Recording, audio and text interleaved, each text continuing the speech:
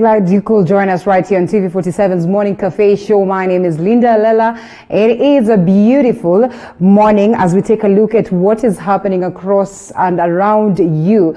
And as always, it is indeed a pleasure to have you joining us, and most importantly, interact with us. Remember, the hashtag is Morning Cafe. TV47 is our Twitter handle at Linda_Lela. Let's get to hear what you have to say about the sessions of the day. We have so much in store for you. Matters politics, matters budgeting, of course, across the counties in the country, at like the national government. And we also take a look at how much corona is taking a toll on us, and whether indeed the anticipated address by President Uhuru Kenyatta is going to bring any kind of change in terms of probably easing the lockdowns or the restrictions that have been put on board. So we have so much.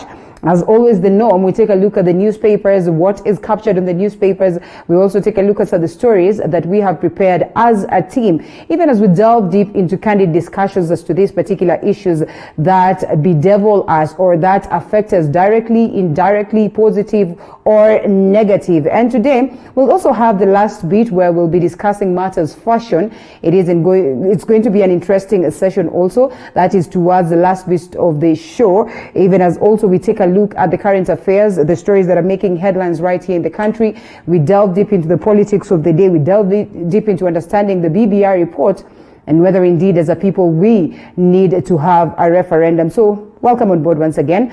Always a pleasure to have you joining us. And for the newspaper review segment, we have the the J Networks Lobby Group, a chairperson, that is Wafula Kalistas, who's joining me this morning on Skype, so we can take us through what his thoughts are on the stories that have been captured in the newspapers.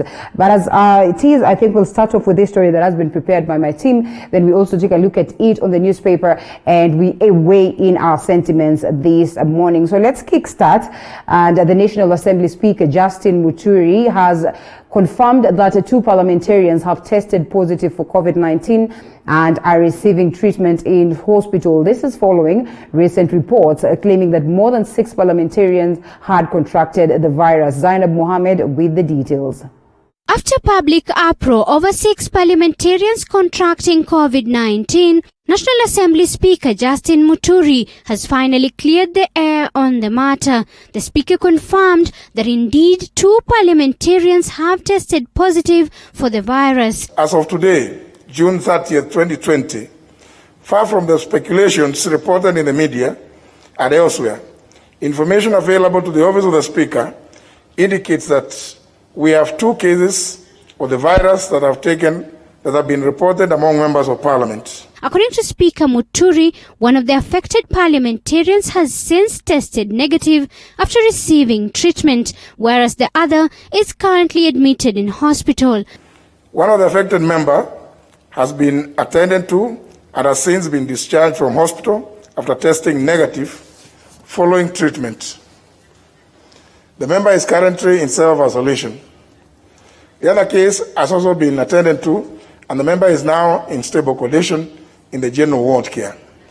Muturi further urged members of Parliament and their staff to voluntarily avail themselves for COVID-19 testing due to the rapid spread of the virus.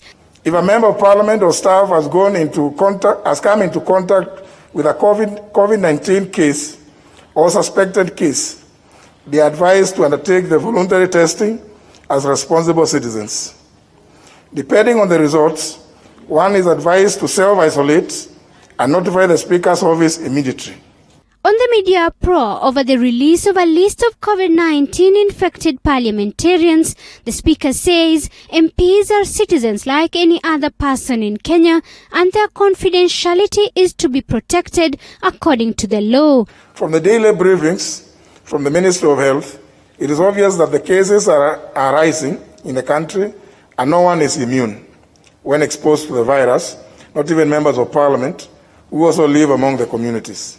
Speaker Muturi also suspended physical parliamentary committee sittings as a way of containing the spread of the virus. For TV47, I'm Zainab Mohammed.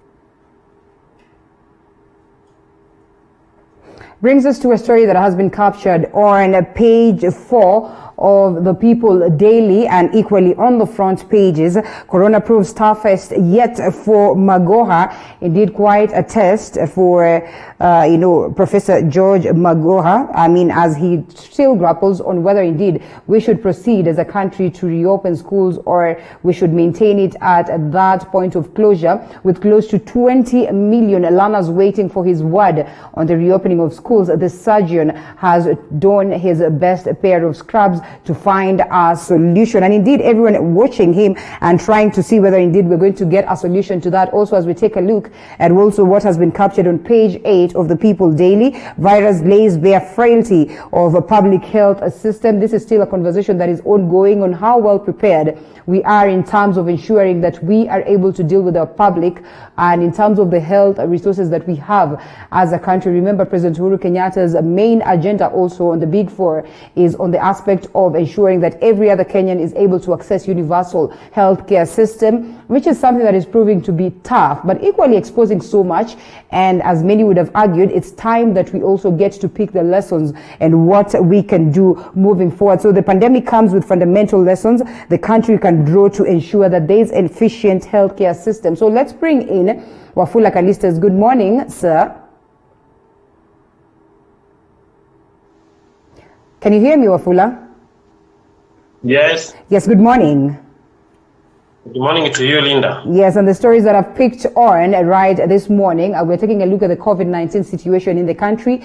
Of course, the biggest stalemate being experienced in the education sector, and now the fact that it's evident and clear that also the health sector has lots of hiccups and discrepancies that we need to look into. What do you make of this? I think we are getting false information about the COVID-19. People are just giving us information, like the story that you have just aired about MPs who are affected with the COVID-19. Mm-hmm. Who are those? Because we need to get the details. Yeah. Getting affected with the COVID-19 it's not a sin. It is not a crime. Therefore, let the government give people true information so that we are able to know how we can handle this COVID-19. Mm-hmm. On issues of health, the government has not been performing well for the national level.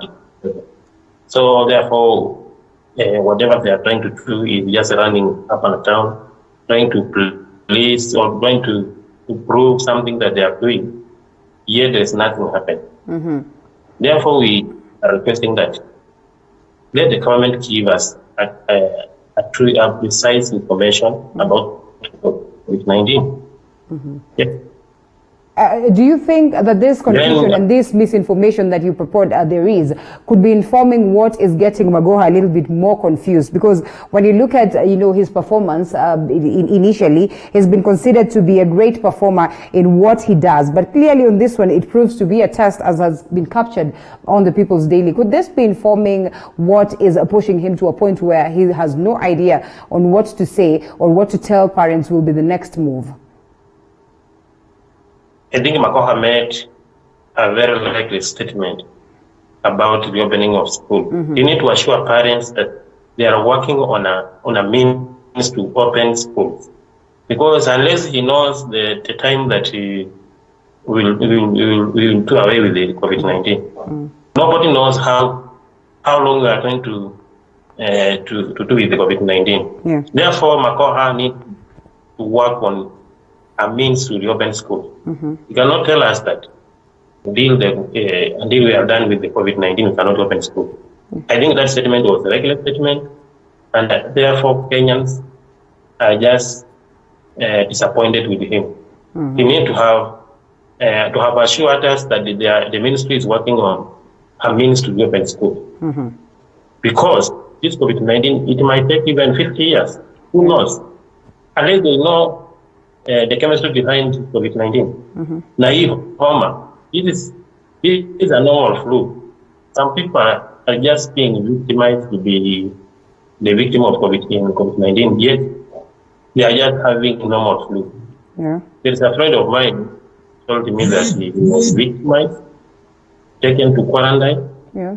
Then, after like 4 days, he was released.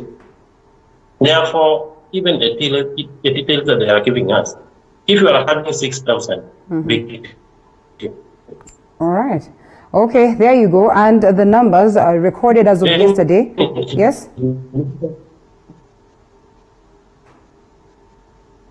I'm not able to hear you well.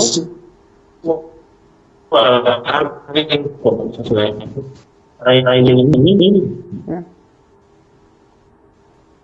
Yes, clearly, just also exposing how terrible our health sector is. As we have said, 176 people recorded positive in the last 24 hours. That is as of yesterday, from a sample of 2,419 tests that were collected. 6,366 cases so far have been recorded, while we have 2,039 recoveries, 148 deaths, and 169,836 people tested so far. Let's proceed to a different story, as President Uhuru Kenyatta has lauded the Nairobi Metropolitan Services for work well done 100 days after the office was established. President Kenyatta noted an improvement in service delivery in Nairobi, attributing it to the Nairobi Metropolitan Services Office, and Mwangi Maina reports on that.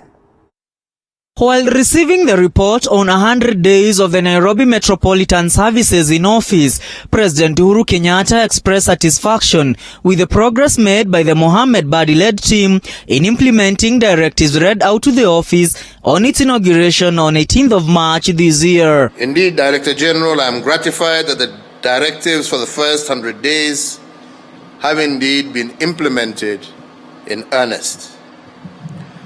Progress has been made in the areas of implementing the Nairobi Urban Mobility Plan, effecting the non-motorized transport strategy, reviewing the development approvals process. President Uhuru Kenyatta challenged Major General Mohamed Badi and his team to improve the status of the city under the sun to become a model city. He also exuded confidence in the agency in regeneration of the tainted city. By doing so, we will ensure that Nairobi's prosperity will leave no one behind, and we will all make our beloved city a tourist haven with opportunities for everyone, thus making Nairobi a globally competitive city as well as a regional hub.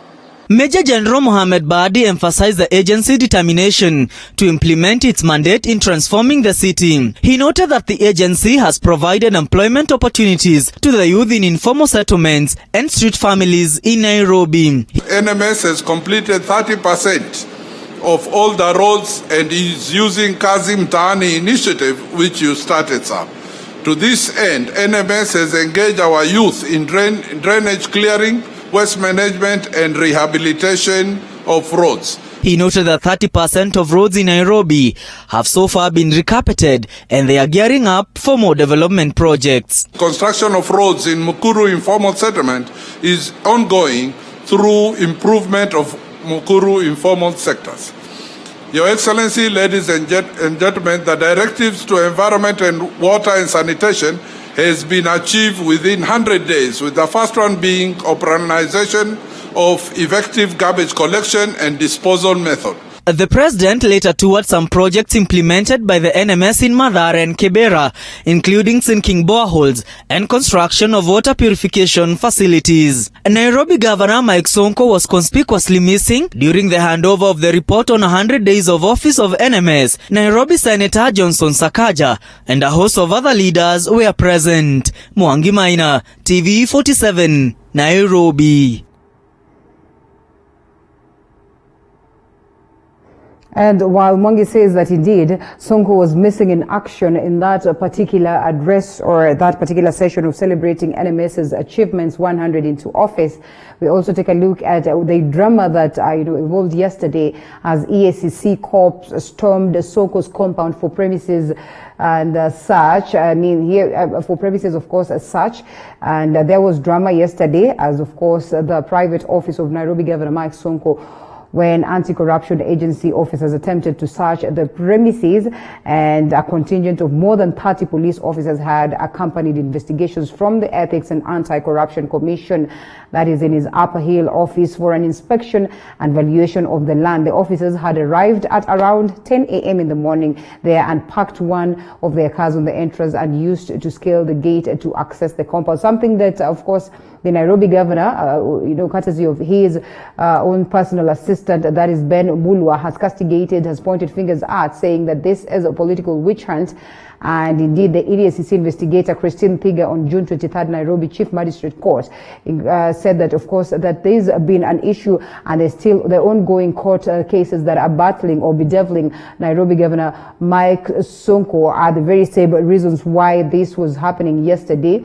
As the officers also said, they had orders to conduct a valuation on the property of Mike Sonko. They were in company of values from Gimco Valuers. So we can only wait to see what will happen in regards to the same. But as it is, we'll also have a candid discussion on this particular story on how best the NMS has been able to serve the people of Nairobi. So Wafula Kalistas, you're here again.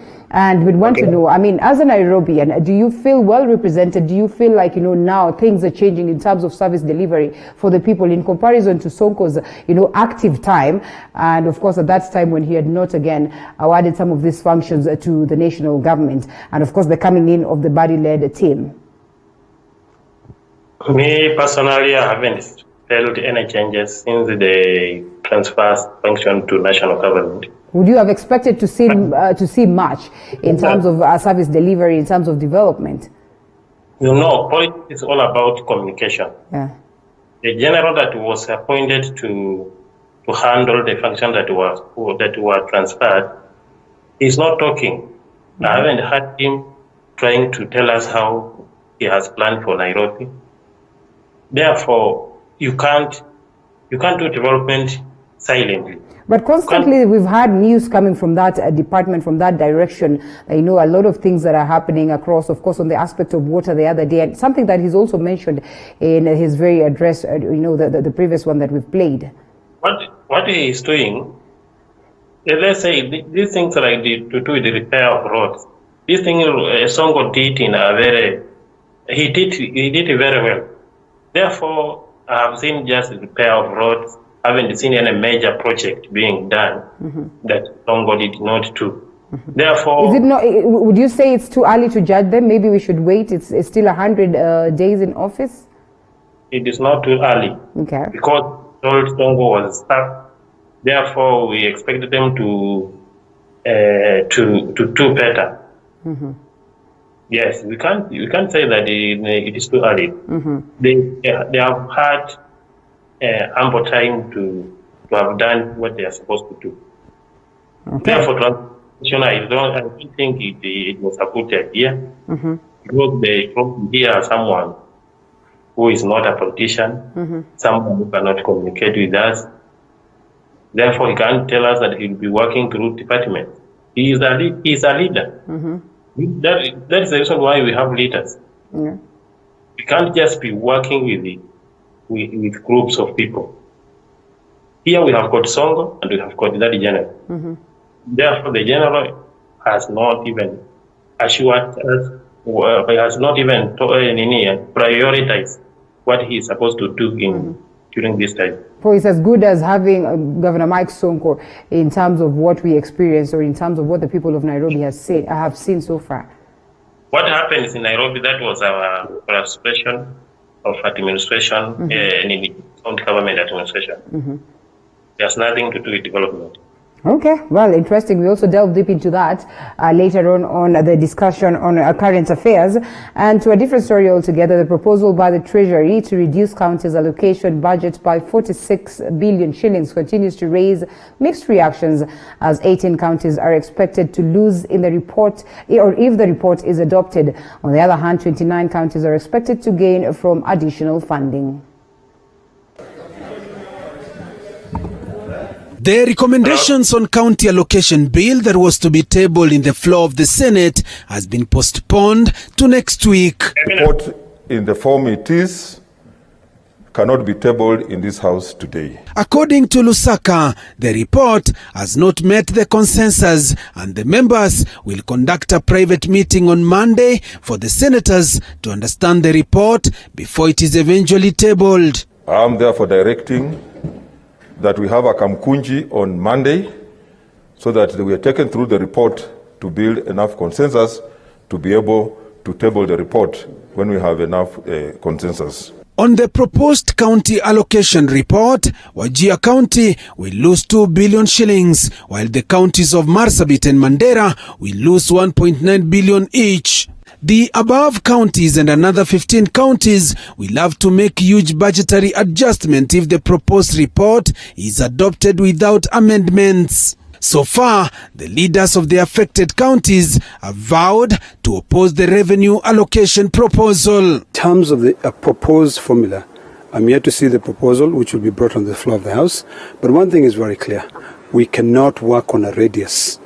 We cannot take the square root of, the land size so that we can say distance to service. That is something which I'll completely reject. The county of Nandi is expected to receive 1.3 billion shillings more, and Uasin Gishu County 1.1 billion shillings. Other counties that will gain include Nakuru, Kiambu, Trans Nzoia, Bungoma, Kirinyaga and Bomet. Kubaliana maseneta wote ambao wanatoka katika taifa letu la Kenya ambao wamekuwa na watu wengi. Kwa mfano hapa Kiambu tuko na watu zaidi ya mamilioni, hapa Nairobi na watu wanahitaji huduma. Si kuweka kule mashamba, na heshimu wale wenzetu ambao wanasema wako na mashamba kwa sababu watu wanaishi mbali mbali, lakini lazima tuelewa kwamba huduma inaenda kwa watu na watu ndio wanahitaji huduma, si mambo ya land size. The Senate Finance Committee is yet to determine if they will use the county population or the needs of the people pegged against health or agriculture parameters. Treasury CS Ukuru Yatani wants the county budget to be reduced by 46 billion shillings in keeping with reduced revenue collection due to the COVID-19 pandemic. Joash Onsare, TV47, Nairobi. And on the front page of the People Daily, fireworks in Senate over counties cash as Speaker Lusaka calls for informal meeting to break deadlock after leaders from areas losing funds in a new CRA formula angrily protest, captured on page 6 of the People Daily, and deadlock over counties cash sharing. Wafula, what do you make of these activities that are ongoing, and what does it speak about devolution, even as of course we'll also spare some information that we'll delve deep into on the other segment of the conversation? Hello? Yes. I think reducing the county resources is not a good idea, because if they are reducing county resources, it needs to happen across the board in all the 47 counties. Okay. But if they're targeting some few counties, then that is a problem. They put pertinent, considerations in regards to, again, of course, they're trying to scrap off that aspect of saying, money is going to be disseminated in terms of the regions and how big the regions are, but they're also trying to adopt a different system altogether that will determine how these monies will be, awarded to different counties. Don't you think that the reasons that they're bringing on board are pertinent enough and are worth enough to say that, not all counties should get, all counties should not get the same amount of money? We should have some differences. I don't think they have pertinent the reason of doing that, because if they are saying that there are some region is big, why do they come up with the boundary that is not equal? I think people should stop talking about how big county is. They're supposed to talk about how they can share resources equally. But we're also looking at staring at a situation whereby by now counties would have been expected to have, collect a revenue that also would run the activities at the level of the counties. But a majority of them are not doing so well in terms of collection of revenue. again, also begging that, direction that they're also taking in terms of how best they're going to, share these monies in terms of, counties that are capable to generate more revenue in comparison to others that are not? I think counties are failing, devolution is failing because of incapability. That is the reason why we say if we need to get the fruits of devolution, then we need to restructure county government, because there's no way we are going to elect people. Some people have no idea on how to, on issues to do with management, but they are running resources. Look at the people like Owiti. There are people that have been elected by people on basis of their, because they are the flag bearer of certain party that is strong, but they are actually incapable. So we are saying that devolution is failing because of incapability. We look into our constitution and put structure there, so that in an event that an Mwananchi elects an incapable person, therefore there is also a way that person can be controlled. Right? We are wasting resources. There's nothing like the devolution. Devolution is a failed program. It has never yielded fruits. We need to look into our constitution. I've seen even the BPI are rushing to release their report. Yeah. Let them Kenyans know where the rent started feeding. It's also very unfortunate that during this coronavirus pandemic, people have been going with their activities political. I don't think PBI are right to tell us that they have now report ready at their hand, unless they want to tell us that they are not affected with the COVID-19. Okay. All right. Because we overhead our Karama bill. Yeah. But we stopped immediately when we were told that the coronavirus has reached the country, and therefore we need to do social distancing. We need to avoid gathering. We stopped from there. Yeah. I'm wondering, the BBI report is ready. They are telling us they have been doing activities. They never went to Nakuru as they were planned, as they planned. They never went to Eldoret. Where are they getting report done? Because we were told PPI was working on issues, Wanjiku-based issues. A section of them, though, argued that maybe they needed time to finish up on the report. But anyway, that is also something that we'll look into as we proceed with the show. Yes? Changing the constitution, there are Kenyans. They can try to lure Kenyans to change the constitution. But now, it is not an illegal activity. What I'm trying to say is that we are facing a serious disease in the country, and yet doing politics. I think they are not honest. If they want to tell us that they have completed a report and that report comes from Kenyans, Kenyans are eating. We have been told to keep distance. We have been told not to have any meetings, but we have seen them doing meetings all over. I haven't seen the PPI team meeting. They are arguing that they have already a report. Therefore, this means that they had already drafted that report they want to present. And you can see they are divided. Some say that they are not ready, others are saying that we are ready. Right. Therefore, what time do they need to complete that report? And if the report was to come from Mwananchi, how do they get that views from Kenyans? Because they are supposed to go to Nakuru, they are supposed to go to Eldoret, they never go there. Therefore, it means they want to present a report that is selectively done by a few counties. But they were traversing the country, well, of course, not making so much noise. But the task force itself was going across the country. Well, we don't know how best the common Mwananchi will be represented in this particular report or the final report. I think the best we can say is that we can only wait to see what has been captured in it. What we can say, yeah. Let them bring on their report. We will have to look into that. If that report is Wanjiku-based report, we will support them.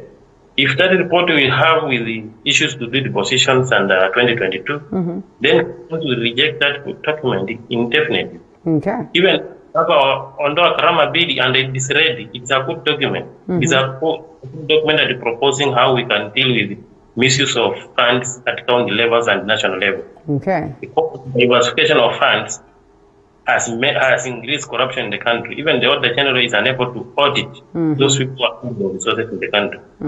Therefore, even those who are discussing on how to reduce resources to some counties, I don't think that is a good idea. What we need to do is to look into diversification of funds, whether it is bringing any fruits or not. Like the CTF, the affirmative fund, those are a wastage of resources. Reducing counties' revenues. All right. Okay. They need to do away with some nonsensical kitties that are just misuse of funds. Yeah, I'm getting you 101%. And the breakdown of the monies that are supposed to be disseminated to the counties or disbursed to the counties, of course, given right here as they stand in regards to what county will get what county will benefit, what county will lose, and whether indeed this report is going to proceed is a question of wait and see. Away from that, and at least 10 people have been killed during the implementation of curfew restrictions. Human rights lobbies have linked police officers to the killings. And as Eli Logova now reports, only 3 out of the 10 cases are being prosecuted. The excessive use of force by police officers enforcing COVID-19 curfew regulations has been blamed for the killings of the 10. But out of the 10, only 3 cases are being prosecuted in court.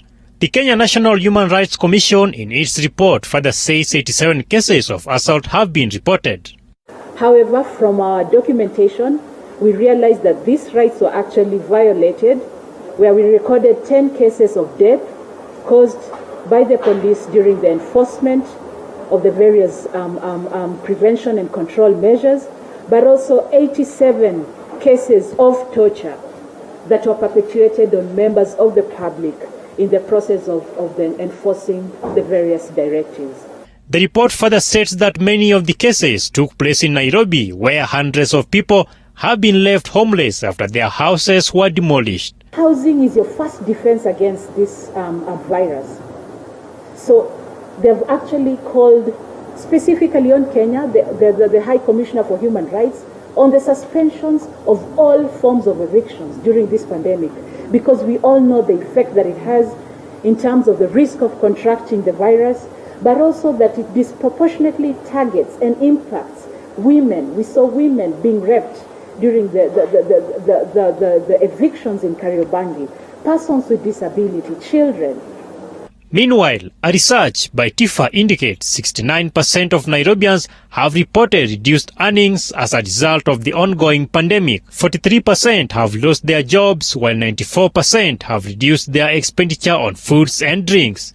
Only 6% of cities' low-income earners are able to have a saving, while 80% were able to have a saving before the pandemic. 20% have reduced their rent expenditure, 18% have reduced clothing expenditure, with 10% reducing the expenditure on transport and entertainment.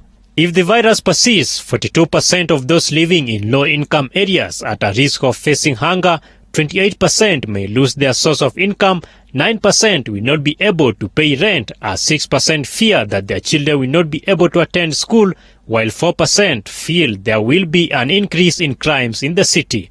The interviews were conducted in Mathare, Kawangware, Kibra, Korogosho, Huruma and Mukuru kwa Njenga. Eli Logova, TV47, Nairobi. And before that, before the page that I was looking at on this county deadlock on matters cash was, of course, this page of BBI report ready, and it awaits a presentation to President Uhuru Kenyatta, as we have touched on, and you know, as Wafula has weighed in on his sentiments, so we'll not touch on that, just to give you the heads up that is captured on page 5 of the same as President Uhuru Kenyatta signs the 3.2 trillion budget finance bill, which is also something that has been a bone of contention, but officially it has been signed. So we proceed to know what next and how best we are able to finance the financial year. And crossing over now a page after that very one that we've touched on, that is on page 7 of the People's Daily. State security agents top human rights violation claims, KNHCR. This is in regards to that story that Lugova has just taken us through. And Wafula, coming to you, this paints a picture of a terrible situation on how best we've been able to implement the restrictions that have been put to board as we deal with COVID-19. More deaths being witnessed from police brutality in trying to implement the curfew. And even worse, we're talking at a staring at a situation whereby economically we are not in the best of states. So as you weigh in your sentiments on police brutality and the deaths that we've witnessed during this time of COVID-19, what do you suppose? Should we proceed to reopen or not, or ease restrictions or not? I think let me take this opportunity to appeal to the president to the lockdown, and also to consider lifting the curfew, because but using the curfew to brutalize Kenyans, innocent Kenyans who are just walking on their road. Maybe they are late some few minutes to their home. I've seen so many people complaining how police are harassing them. I think the president should not this time should try to lift some of the measures so that to allow Kenyans transact business, and also consider looking how to reopen schools, because the COVID-19, nobody knows how long we're going to stay with it. Also, COVID-19, because I've seen people complaining now, the death rate has increased, ABCD, blah, blah. I want to tell them that if you assemble 6,000 people, these people have got their complications. Some people are living with cancer, some people are living with the heart problem. Therefore, you cannot tell us like few people, like 3 or 10 people are passed on, then you use that a way of extending lockdown and a curfew. We are urging the president to stop listening to those people who call themselves experts. They are not experts on issues of COVID-19. Yeah, they are supposed to give us medicine. If they are unable, this is the only country I've seen doctors going to radio. That make noise there, like politicians. They don't want to do anything to help the country. Nobody is sitting down or working on how we can be able to control the coronavirus pandemic. But they're trying to tell us how risk is if we reopen we lift all the curfews under lockdown. I think President should listen to the victims who are affected with the COVID-19. Listen to people who doesn't know how virus is spreading. I also question, how did the virus spread from the airport? Because their service people who are working there, they were not affected. According to the report that we are communicating, we were told the virus is at the ESD, then Mandare North, then Kipra. Those are the places that they mentioned that the virus were raising in high rate. I want to question the report, because how did the virus spread from the airport? Then to give us information. These people are unable to give Kenyans a true information about COVID-19. That's why we are urging the president, if Tanzania were able to open up, right now we have not had any major issues there in Tanzania, because if they are there, Tanzania is a democratic country. There is news reporters there, CNN, BBC, they could have reported. I think need to lift these issues of COVID, lockdown, curfew, and allow Kenyans to go back to their businesses as usual, let us try to fight this COVID at personal levels. Because it's not giving any support to ordinary Kenyans. And that is a fact. If they are unable to support people, people are supporting themselves. And at these issues of masks, I don't think it is right for the government to set police against people.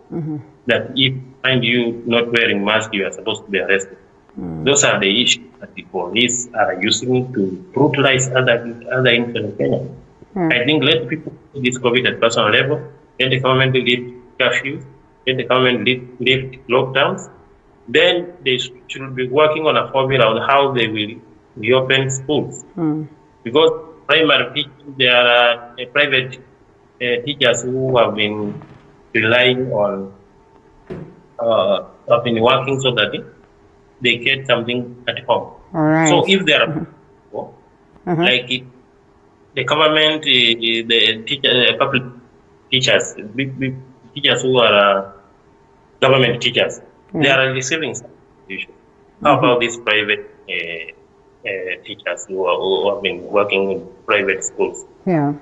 If you want to extend until next year, they have to put plan in measure. They have to have a program or support in these private schools. Their teachers. Even if it will mean giving them loan, because we cannot tell us that we have closed the school until further notice. Makoha is not even telling us how he is planning to open. And at this, I am very sure if we allow people to sit down and work on a formula to reopen this school, people will be able to come up with a very good measures. Okay. Therefore, the government should engage even the private schools, trying to work on solution on how to reopen schools.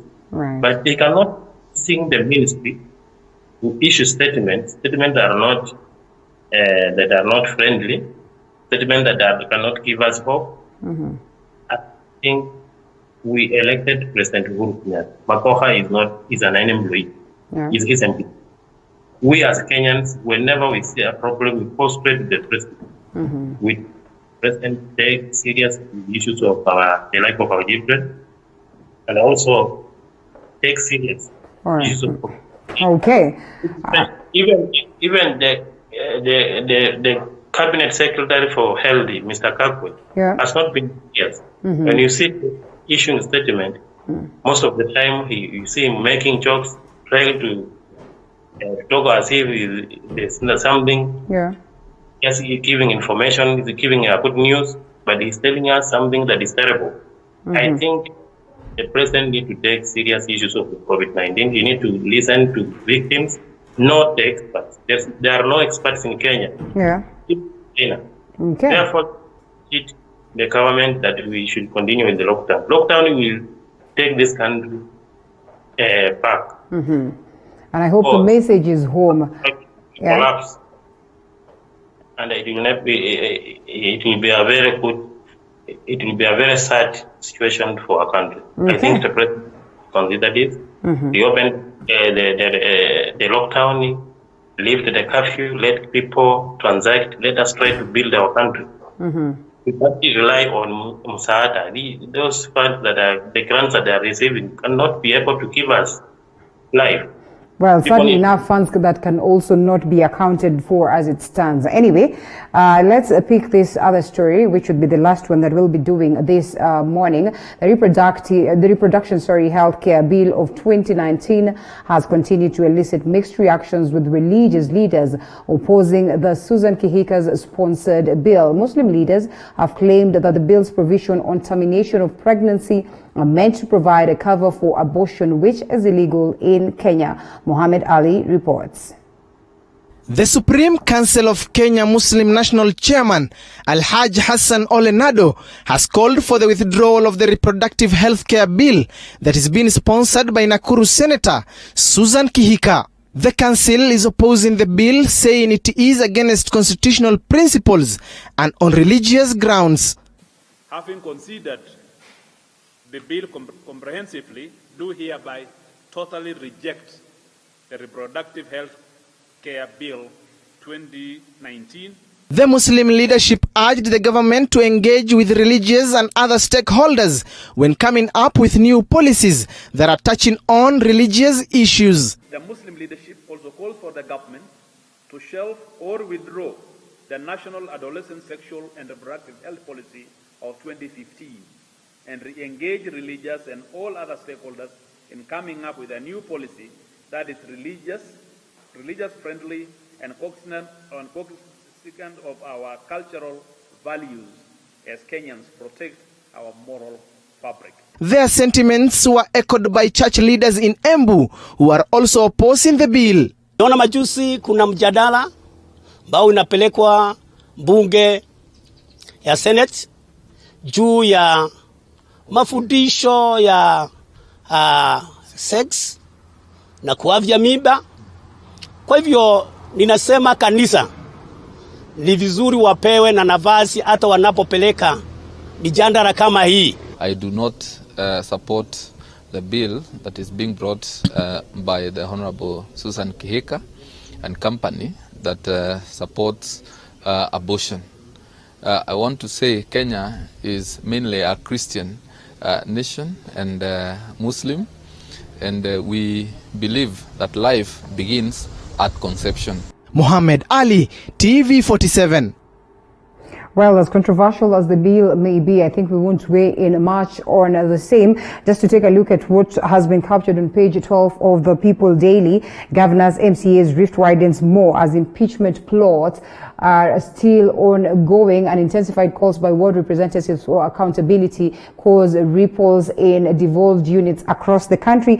And also brings us to the cartoon edition of the day, Governor Charity Kaluki Ngilu, Mama Rainbow. So you can call her, of course, at that particular point. I don't know how best you can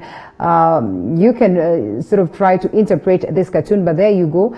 The branch that she is holding on, on the brink of, of course, being cut completely by the members of the county assembly who seek to impeach her. And the port of impeachment pretty much down there. And actually it's not the port, it's the mincing, equipment of impeachment. So it's ready and waiting to mince or grind her as you'd want to look at it. And she will be all grinded and minced meat landing into the sufuria. So it's pretty much unfortunate. We take a look at what will happening. Of course, we're following up on these events, but as it is, I'd love to hear the take of Wafula as we wind up on this particular segment on the impeachment motions that have been raised across different parts of the counties, and also in regards to what played out on the Waiguru saga, which is something that we'll also be talking about in what, of course, next for her, even as it becomes tight in terms of operation. MCAs have decided to slice her budget. Remember, she also has the power to pay the MCAs. Will she proceed to pay them, or again, it's going to be terrible an activity down there? Wafula.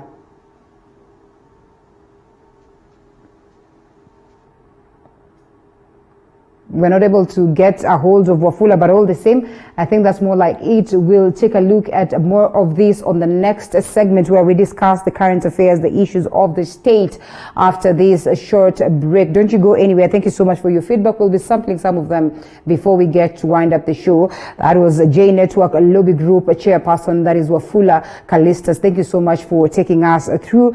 After this break, we are back with more.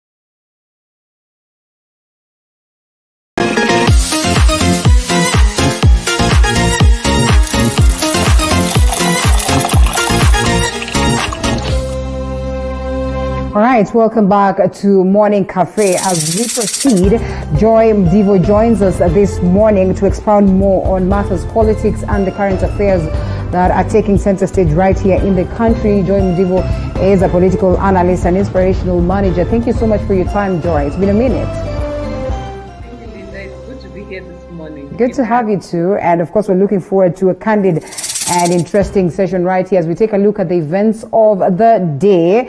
And right before I winded up on the newspaper review segment, I was taking a look at the cartoon edition on one of the newspapers captured here. That is the People Daily, on how, Ngilu is holding on to a branch that is almost out and, 101% detached from the main tree. And, looking down, there is more or less like a grind where, of course, you'll have your meat minced, and that is the mincing machine. So he's just staring at a situation whereby he'll fall into the mincing meat machine and he will be ground to become, minced meat. So paints a picture of what has been happening on the counties and the MCAs coming out, blatantly to say that they're going to impeach as many governors in as much as they do continue, of course, to, fleece the county's coffers. As it is, this is something that has been ongoing for almost 2 weeks right now. What do you make of this move by the MCAs, even before we delve into the Waiguru saga? I think one of the things we have to admit is that the MCA seem to be taking cue from the national outlook of the fight against corruption. Yeah. Because for many of them, this has been an opportunity to try and right what they seem to think is wrong in their counties. However, sometimes, however good the intention is, the execution may be a bit wanting. And I think that's what many of the MCAs are struggling with, where you think you have a strong case, but when it's put to the weighing machine, basically the scales, you realize that it's not that strong a case.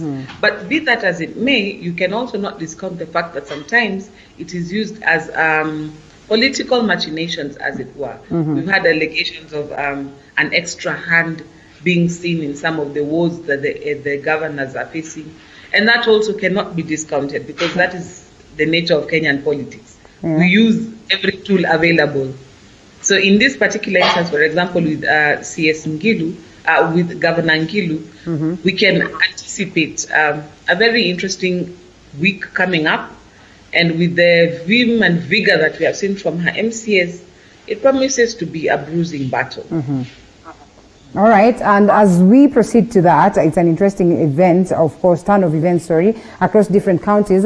And also, much as I think we discussed this before, the impeachment motion had been passed, and before talks on how they can save, or the Senate would save Waiguru were there, and well, eventually she was saved. But it's not an easy ride or smooth ride for her, as members of Kirinyaga County Assembly have slashed the entire budget of the county secretary, and the MCAs have also allocated 15.6 million shillings towards other, activities, of course, at that level of the county, contrary to what you would have expected, in a way to try and strangle the activities of Governor Anne Waiguru.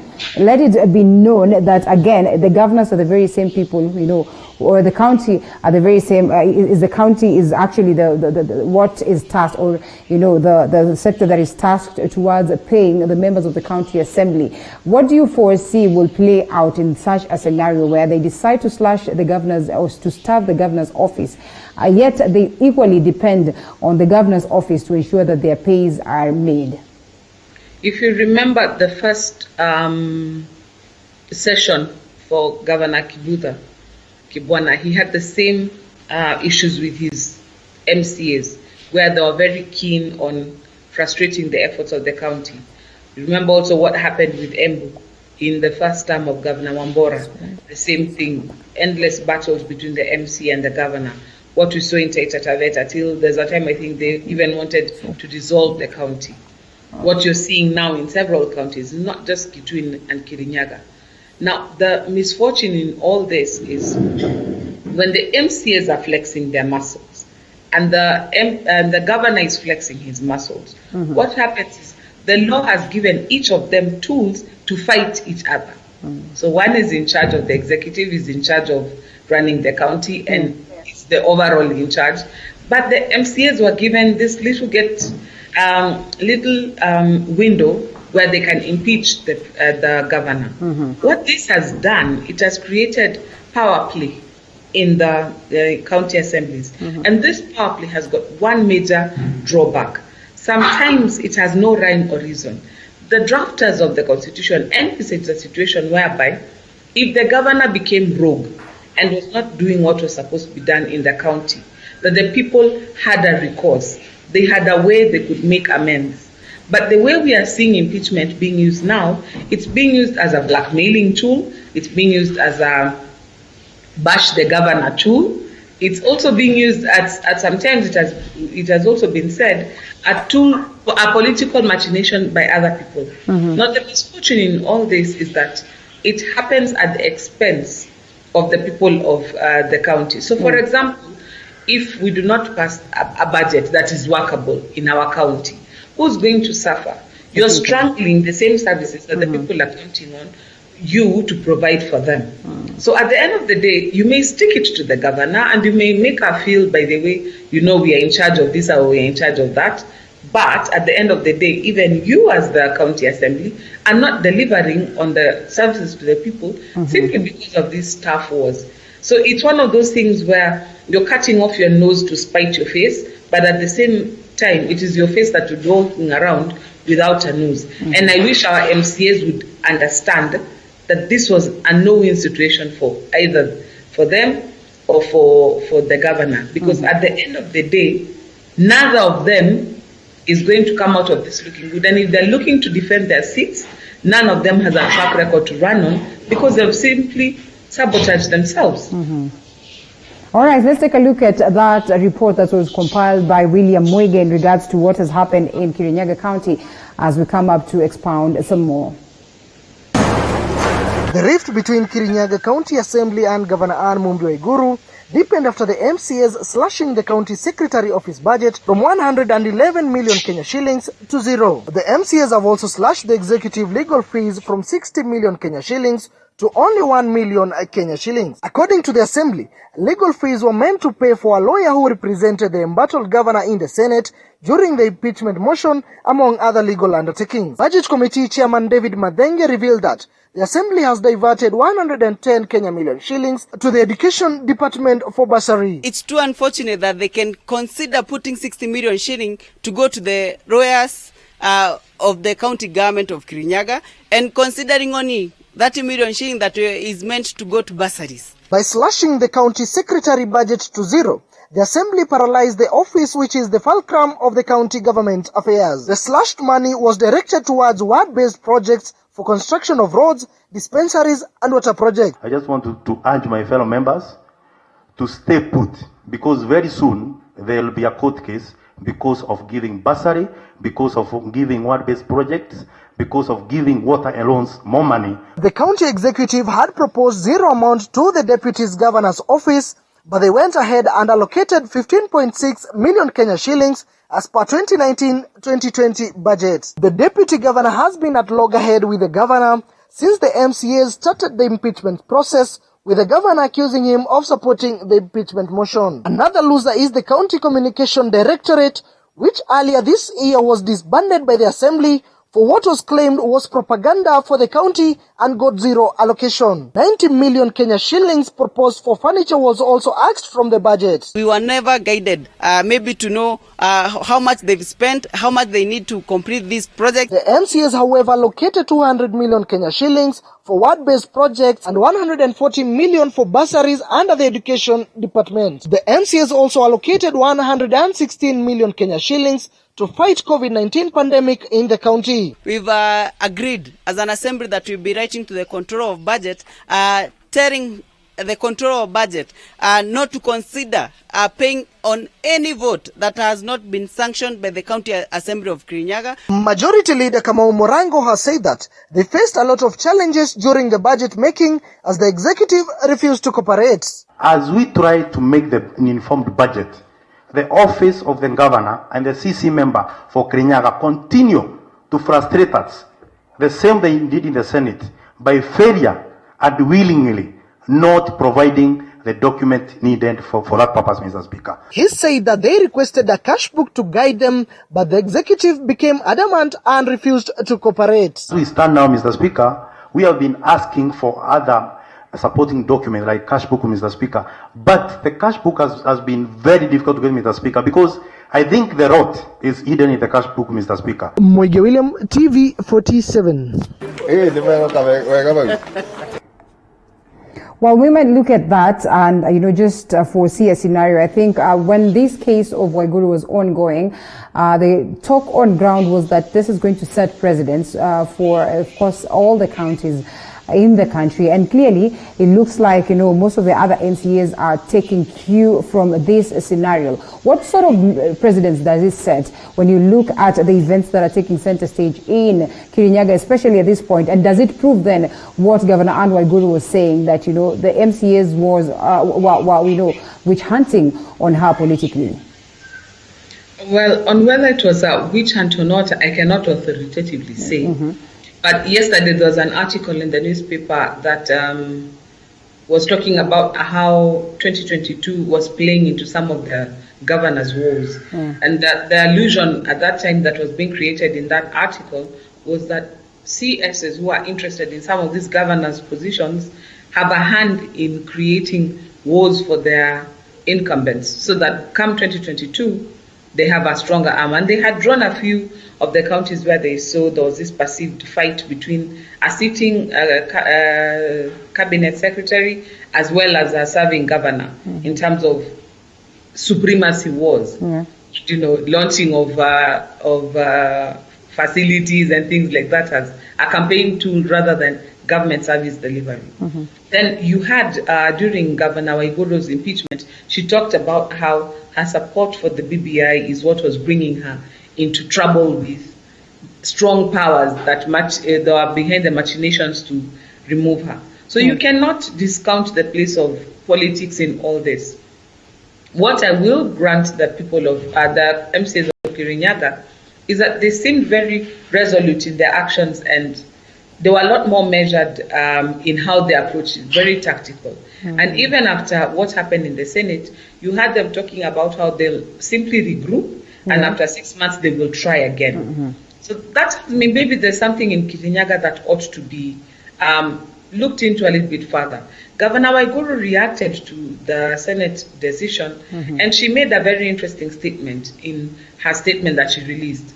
She said that given the process that had just gone on and what she had observed, that there were definitely some places where there was a leadership lapse. Now, I'm paraphrasing, this is not what she said. There's a lapse in leadership and in direction that will definitely be addressed. Now, this, in my opinion, is a way moving forward, where people, instead of fighting it out and flexing muscles, there should be a more nuanced approach where you come around the table, sit down, lay things bare and talk them out.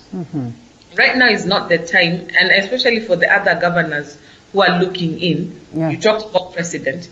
A precedent should be, you can win some of these legal wars. But if you cannot govern on the ground, have you really won? It is better if you have a sort of round table where you sit down and have a negotiation where at the end of the day you come out with a negotiated settlement. Now, some of the governors are taking this to mean the MCAs should get regular envelopes and trips abroad and things like that. But that's the wrong approach. If you see how Governor Kivuda has done in this second term, he has managed to keep a lead on the MCA battles, as it were. There has to be a sort of negotiated and agreed settlement. It may not be amicable, but it must be such that we have an agreement, we made a promise to the people, and this is an irreducible minimum for this county. The Senate, in forever. Okay, well, Senate's equally instrumental in this whole entire process. And from what we gathered, from what we saw, do you suppose then that the Senate played it well and safe and cool as any other person would have expected? And moving forward, what challenge is posed ahead of them, even as these talks of impeachment across different counties arrive?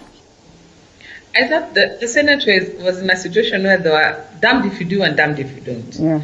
All of us really expected Governor Waiguru to be quote-unquote saved, such that even if they made a legitimate finding of her not being culpable for impeachment, people already set up to believe that it was not a legitimate finding. But at the same time, if they had gone ahead and impeached her and the grounds were unsafe, she would have gone to court and challenged the decision, and it would have been quashed anyway. So I'm glad that the Senate took the decision to conduct their hearings in public. So the allegations were laid bare. Everybody now has an idea of what was going on in the county assembly's mind when they decided to bring this matter forward. With that in mind, there's also the little caveat that it's not a little caveat, the caveat that the Senate put in their report, and where they invited the investigative bodies to take a closer look.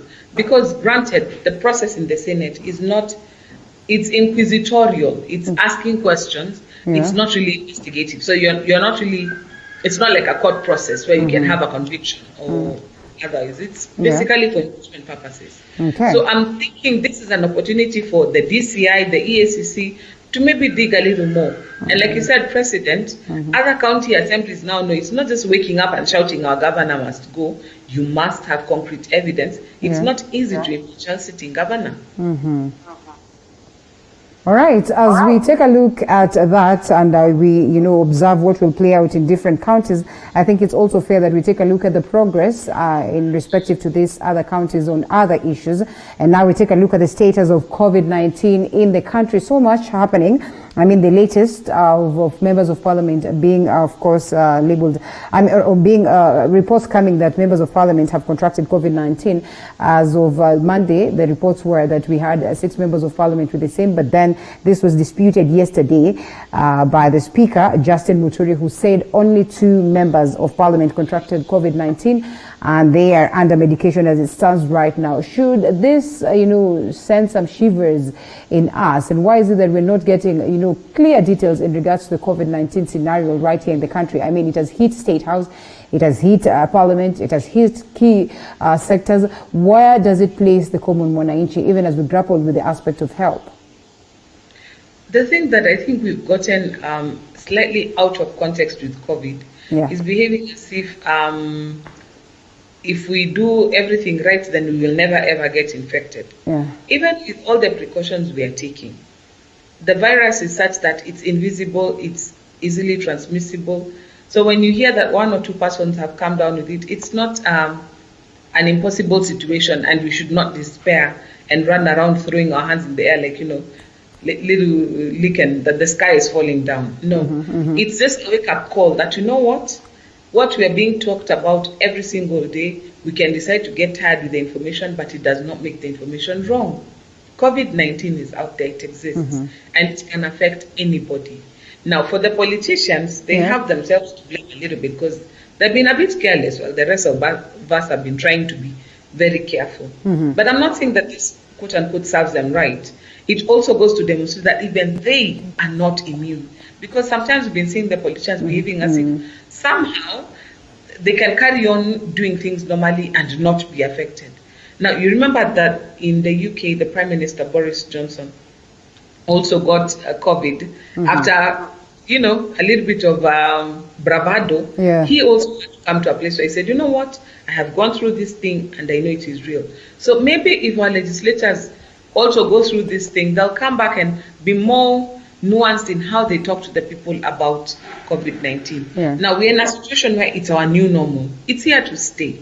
Whether we have a cessation of movement or not, now we know that COVID-19 is part of the diseases that are in circulation in Kenya today. But why do we still have so much stigmatization around this? And I mean, even the members of parliament, or maybe report from, of course, parliament, declaring that, or even the Ministry of Health itself saying that, we cannot proceed to tell you the names of these members of parliament because we fear that they're going to be stigmatized. Why is it that we're painting a picture of this being a bad thing? Yet we have seen across different parts of the world, even key leaders coming out to declare their status. And it's something, I think, with Africans, when we fall sick, somehow it becomes a very closely guarded secret. It's not unique to the members of parliament. Even you, right now, if you contracted COVID, you would not come on air and say, wapenzi watazamaji, I have COVID. Oh yeah? Well, at least I'll disappear for 2-3 days. And maybe tell us after the fact that, by the way, I had COVID and I beat it. After disappearing on screen for 2 weeks, we always want to come out strong. Yeah. We never want to come out looking like we are vulnerable or we are weak. Mm-hmm. It's maybe something we need to work on. Right. But I think also, like you said correctly, some of the earlier messaging about COVID was such that people are positive. The guy next to you could be positive. It sounded reminiscent of what we had in the 80s when HIV was coming to us. Mm-hmm. It was, you know what, guys who are positive, stay away from them, keep away from them. Then even how we behave around the disease. Yeah. When you see people wearing those PPEs, coming towards you looking like, you know what, if they even touch a hair on your head, they're dead meat. Yeah. Now, I'm not saying that they don't need protection. That's not what I'm saying. It's the aura around it. Mm-hmm. You've read on social media how once they've escorted a body to a grave and it was a COVID death, they even banned the PPEs. You know, that drama is what is not helpful in helping people to deal with COVID. In Kenya, we have statistics that show over 80% of the positive cases we have remained asymptomatic. Meaning for most of us, even if you contract the disease, it will not cause a huge upset, as it were, like it did in the West. Yeah. There's something about our construction and our constitution that is firm and is resisting this thing.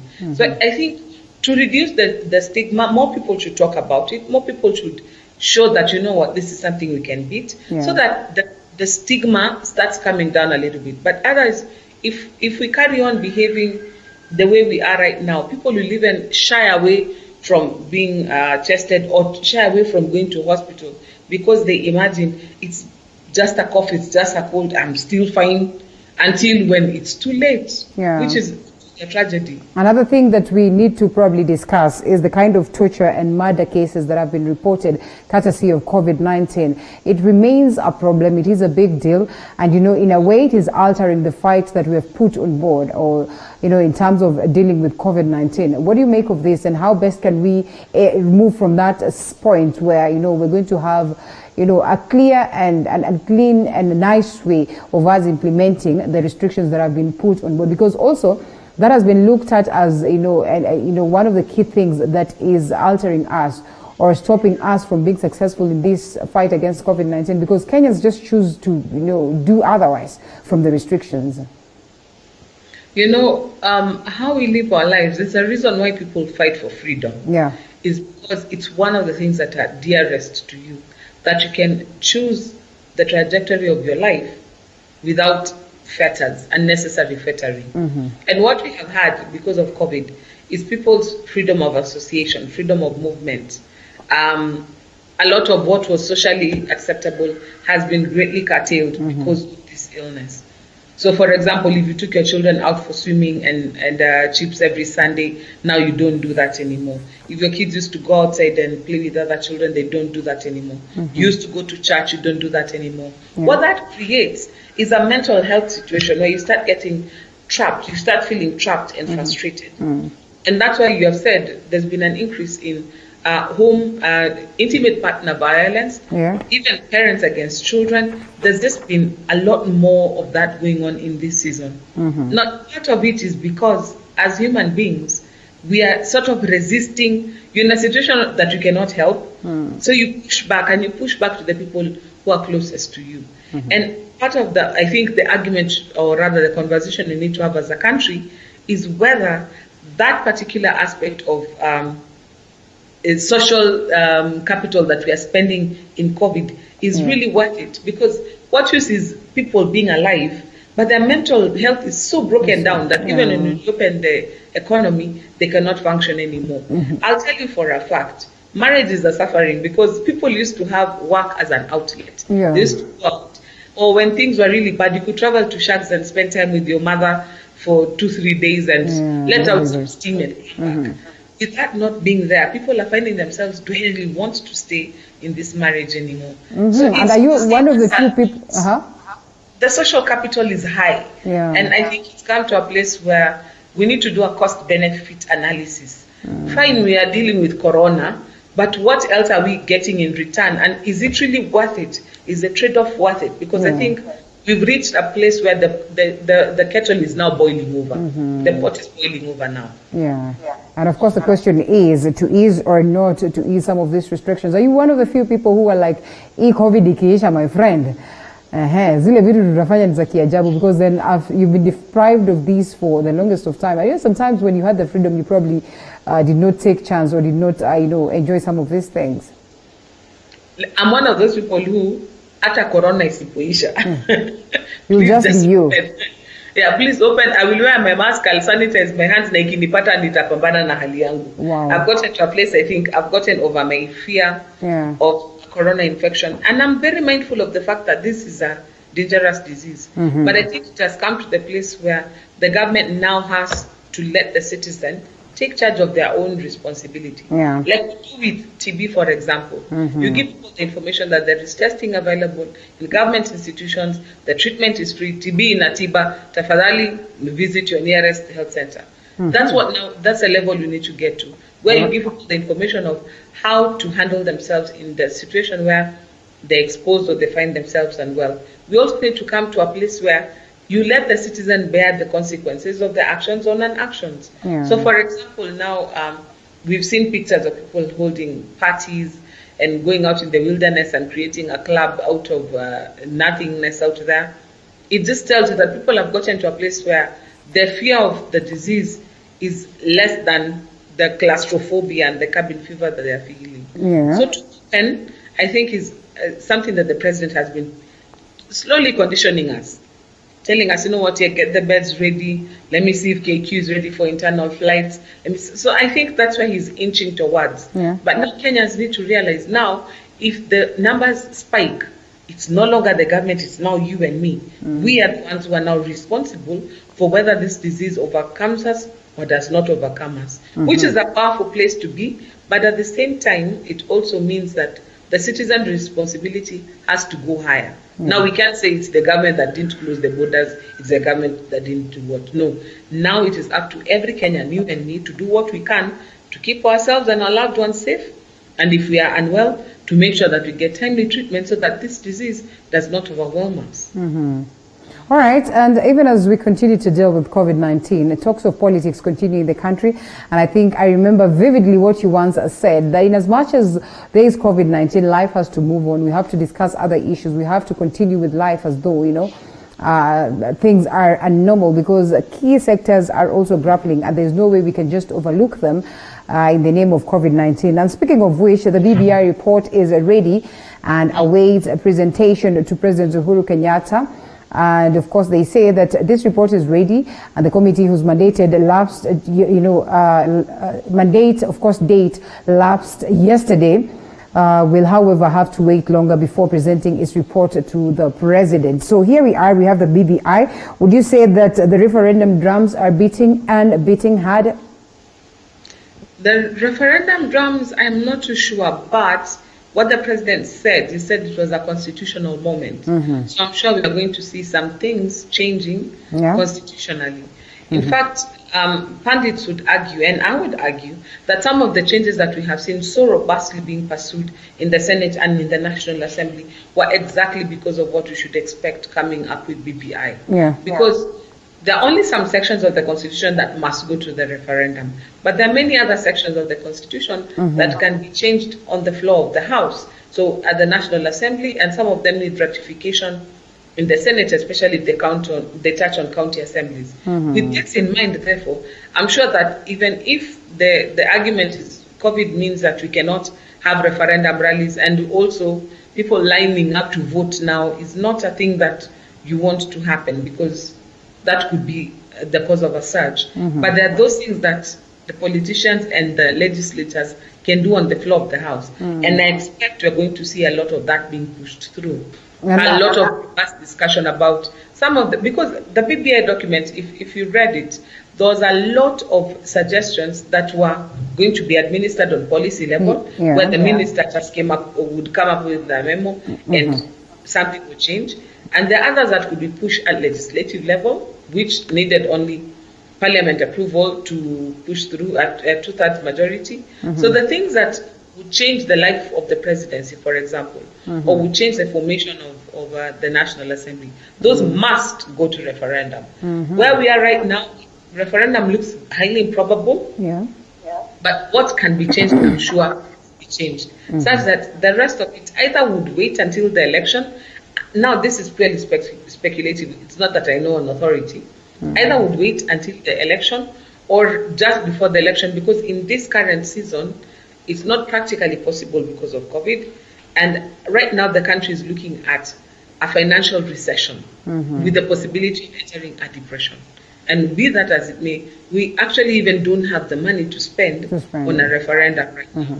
But BBI, you must remember, had no budget to begin with, but money had been found somehow, somewhere, all along. So for the BBI, even this one, I may be looking and I can't see the money, but the powers that be know exactly where the money is. So let me not hit all my bets on no referendum. And you know, speaking of the money and how much has been channeled towards that, Kenyans would have expected that this report is out as early as possible so that we know the way forward. Are we being treated to some gimmicks right here?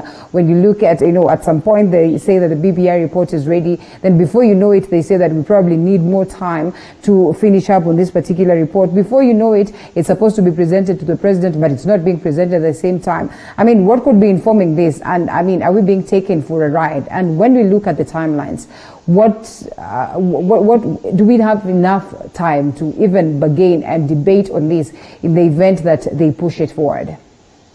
I don't think it's gimmicks, as it were, because the mandate expired yesterday, and as of yesterday, they indicated that the report was ready. But it was not presented to the president. If it's ready, why not present it? Is it because Baba is not around and we wish him quick recovery? Not necessarily. What happens with these task forces is once you finish your report and it is ready, you indicate to the president's office that we are ready with this report and want to present it. Now you have to wait for the convenience of the president to tell you, you know what, my calendar is free on this and that date, come and present the report. Of course, behind the scenes, I'm sure a sneak preview has already been sent and the president is already appraising himself with what is in the BBI report. But for the formal presentation of the report, that has to wait for when the president's calendar allows. You remember the last time we had the BBI one, I think they waited for like about a month before they were able to finally get an appointment to deliver the same. On this one, their gazettement was until 30th June. And you must give them props because they have been working through this COVID season. I don't know how they did it, but well, they have managed to stick the landing, and this is a very big kudos to them. Because if they came up with the excuse, oh, you know, those COVID, you've not done this report, give us more time and more money, I mean, I'd be among the first Kenyans to say, hey, we don't have all that money to keep spending on this. And now that you're speaking of money so dearly, Joy, that I would want to ask, in the event that this report is released and you go through it as a Kenyan and you realize that it captures so much of your interest, the interest of Wanjiku, the interest of Atieno, the interest of Wafula somewhere else, would you proceed to say that, you know, let's overlook the aspect of money, let's front this because it's going to be helpful and instrumental in shaping the future of the country? You know, my mom used to tell us, if you serve something on your plate, you have to eat it until you finish it. Okay. And what has happened with me and this BBI process, let me now talk about Joy. When it started, I was very skeptical about it, and I was like, Maviti. Then when the report came out, fine, there was the aspect of the politics, yes, but there were conversations that were being provoked in the BBI report that I thought were worthwhile, were worth having. However, you realize in the run-up to the release, the politics took center stage as well. And it started being a heated argument once again. And me, like many Kenyans, was like, you know what, I want nothing of this. It's divisive, it's not capturing my aspirations as a Kenyan. But when the noise died down and they've kept working on the report, now I'm actually curious to read BBI 2 to see, like you've said, is there something in here that would be good enough for me? It's already cost us so much money, it might as well do us some good. If it's not worth anything, I mean, Kenyans will be the first to tell you, by the way, you know what, this is worth nothing. Because right now, these are not the Kenyans who were doing Orange Banana in 2005. We have a populace that's a lot more woke, it's a lot more alert, people are more learned. They have made the correlation between following the processes through rather than just being willy-nilly about the decisions. And so I'm very curious to read BBI 2. I'm very enthusiastic I want to see what's in there, because if we can hive out the political parts and save the majority of the dish to actually bring some change to Kenyans. Some of the suggestions that were being made, for example, with how we even structure our society, rearranging the cabinet to have representation from the House and from the technocrats. There's some of those things that we have already seen and we're like, you know what, those are good ideas. Yeah. If we can at least salvage those, then I can say the money we have spent so far on BBI will have been salvaged. But if it comes as a further distraction, a lot more political noise, more division, then I'm sure most Kenyans will be like me and say, you know what, thanks, but no thanks. So and as it is, across, yeah, as it is, the report is actually not expected to go to the president. That is just for formalities. I think if there are people who are eagerly waiting for the report, then it has to be the Kenyans themselves, just to know what next, what is there for them, and whether they should proceed to endorse it or not. Most Kenyans now are thinking COVID, they're thinking they're hungry, they're broke. Oh yeah? So you think they're not interested much on matters? Kenyans are not thinking BBI right now. Actually, but don't you think that is an undoing? In the event that this is forced down our throats, or this is endorsed or pushed, I mean, wouldn't it be an undoing, and probably we're going to do a grievous mistake that we'll end up regretting? Yes, that would be a grievous mistake. If the political class think that they can talk down on Kenyans and force this thing down their throats, they'll have made a very big miscalculation. Because one thing we have realized is that Kenyans are at a place where actually they're quite happy to tell you exactly what they think about you. And that's why you find the politicians sometimes have a difficult time when they try to introduce an idea and the pushback is very strong.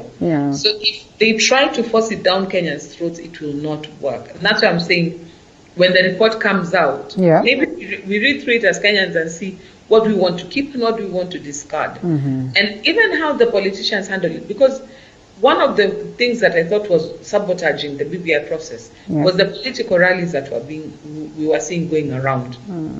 Because many people felt they were raising the temperatures and Mwananchi was not being listened to. It was just being treated to a lot of drama. But when the noise has died down and work has gone into it, we are hoping it is more an even keel has been maintained, and so it is more measured and more structured. And that's why I'm looking forward to reading the report, because the steering committee had time to work on it. They had done a lot of the validation already. The validation was done. So I'm waiting to see how much of the Kenyans' voices that they collected from around the country, because the rallies didn't collect too many views, but what they had collected from the rest of the Kenyans. I want to see how that has been infused into BBI 1. So that's what I'm saying. I'm hopeful that may be something that is useful. But the mood in Kenya right now is such that tread very carefully, because people have big fish to fry. BBI is omena right now. Okay, well, interesting. And speaking of the Kenyans and the interest of the people, I think it's important that we go to the grassroots. And when we're talking about going to the grassroots, we're talking matters devolution. Devolution, as many would have said, is under siege. Devolution is something that we, picked and is good enough for us, but it looks like it's not working as we would have expected. And Joy, speaking of devolution, let's start right here in Nairobi. NMS hit 100 days in office. Can you rank them? Can you, just try and say whether they've done well or they have not done well, or they should be given time? Or what would you say about the NMS? Now, this was even touted, I think, in the BBI report. There's a suggestion that maybe Nairobi should not be a county, should be like a super county, or should be a metropolitan services. And that is where I think that the thinking of having Nairobi Metropolitan Services has come in. And like you see, this is one of those things where I did not wait for a referendum. There was a system that was found to put a department in the office of the president to run Nairobi as part of the Metropolitan Services. So you can tell that if you want to implement some parts of the BBI, you can go ahead and do it administratively without necessarily going the full hog. But that said, this is not a strange phenomenon. Like, let's just look next door. Kampala is actually run by an authority. It's not part of the provincial system, as it were.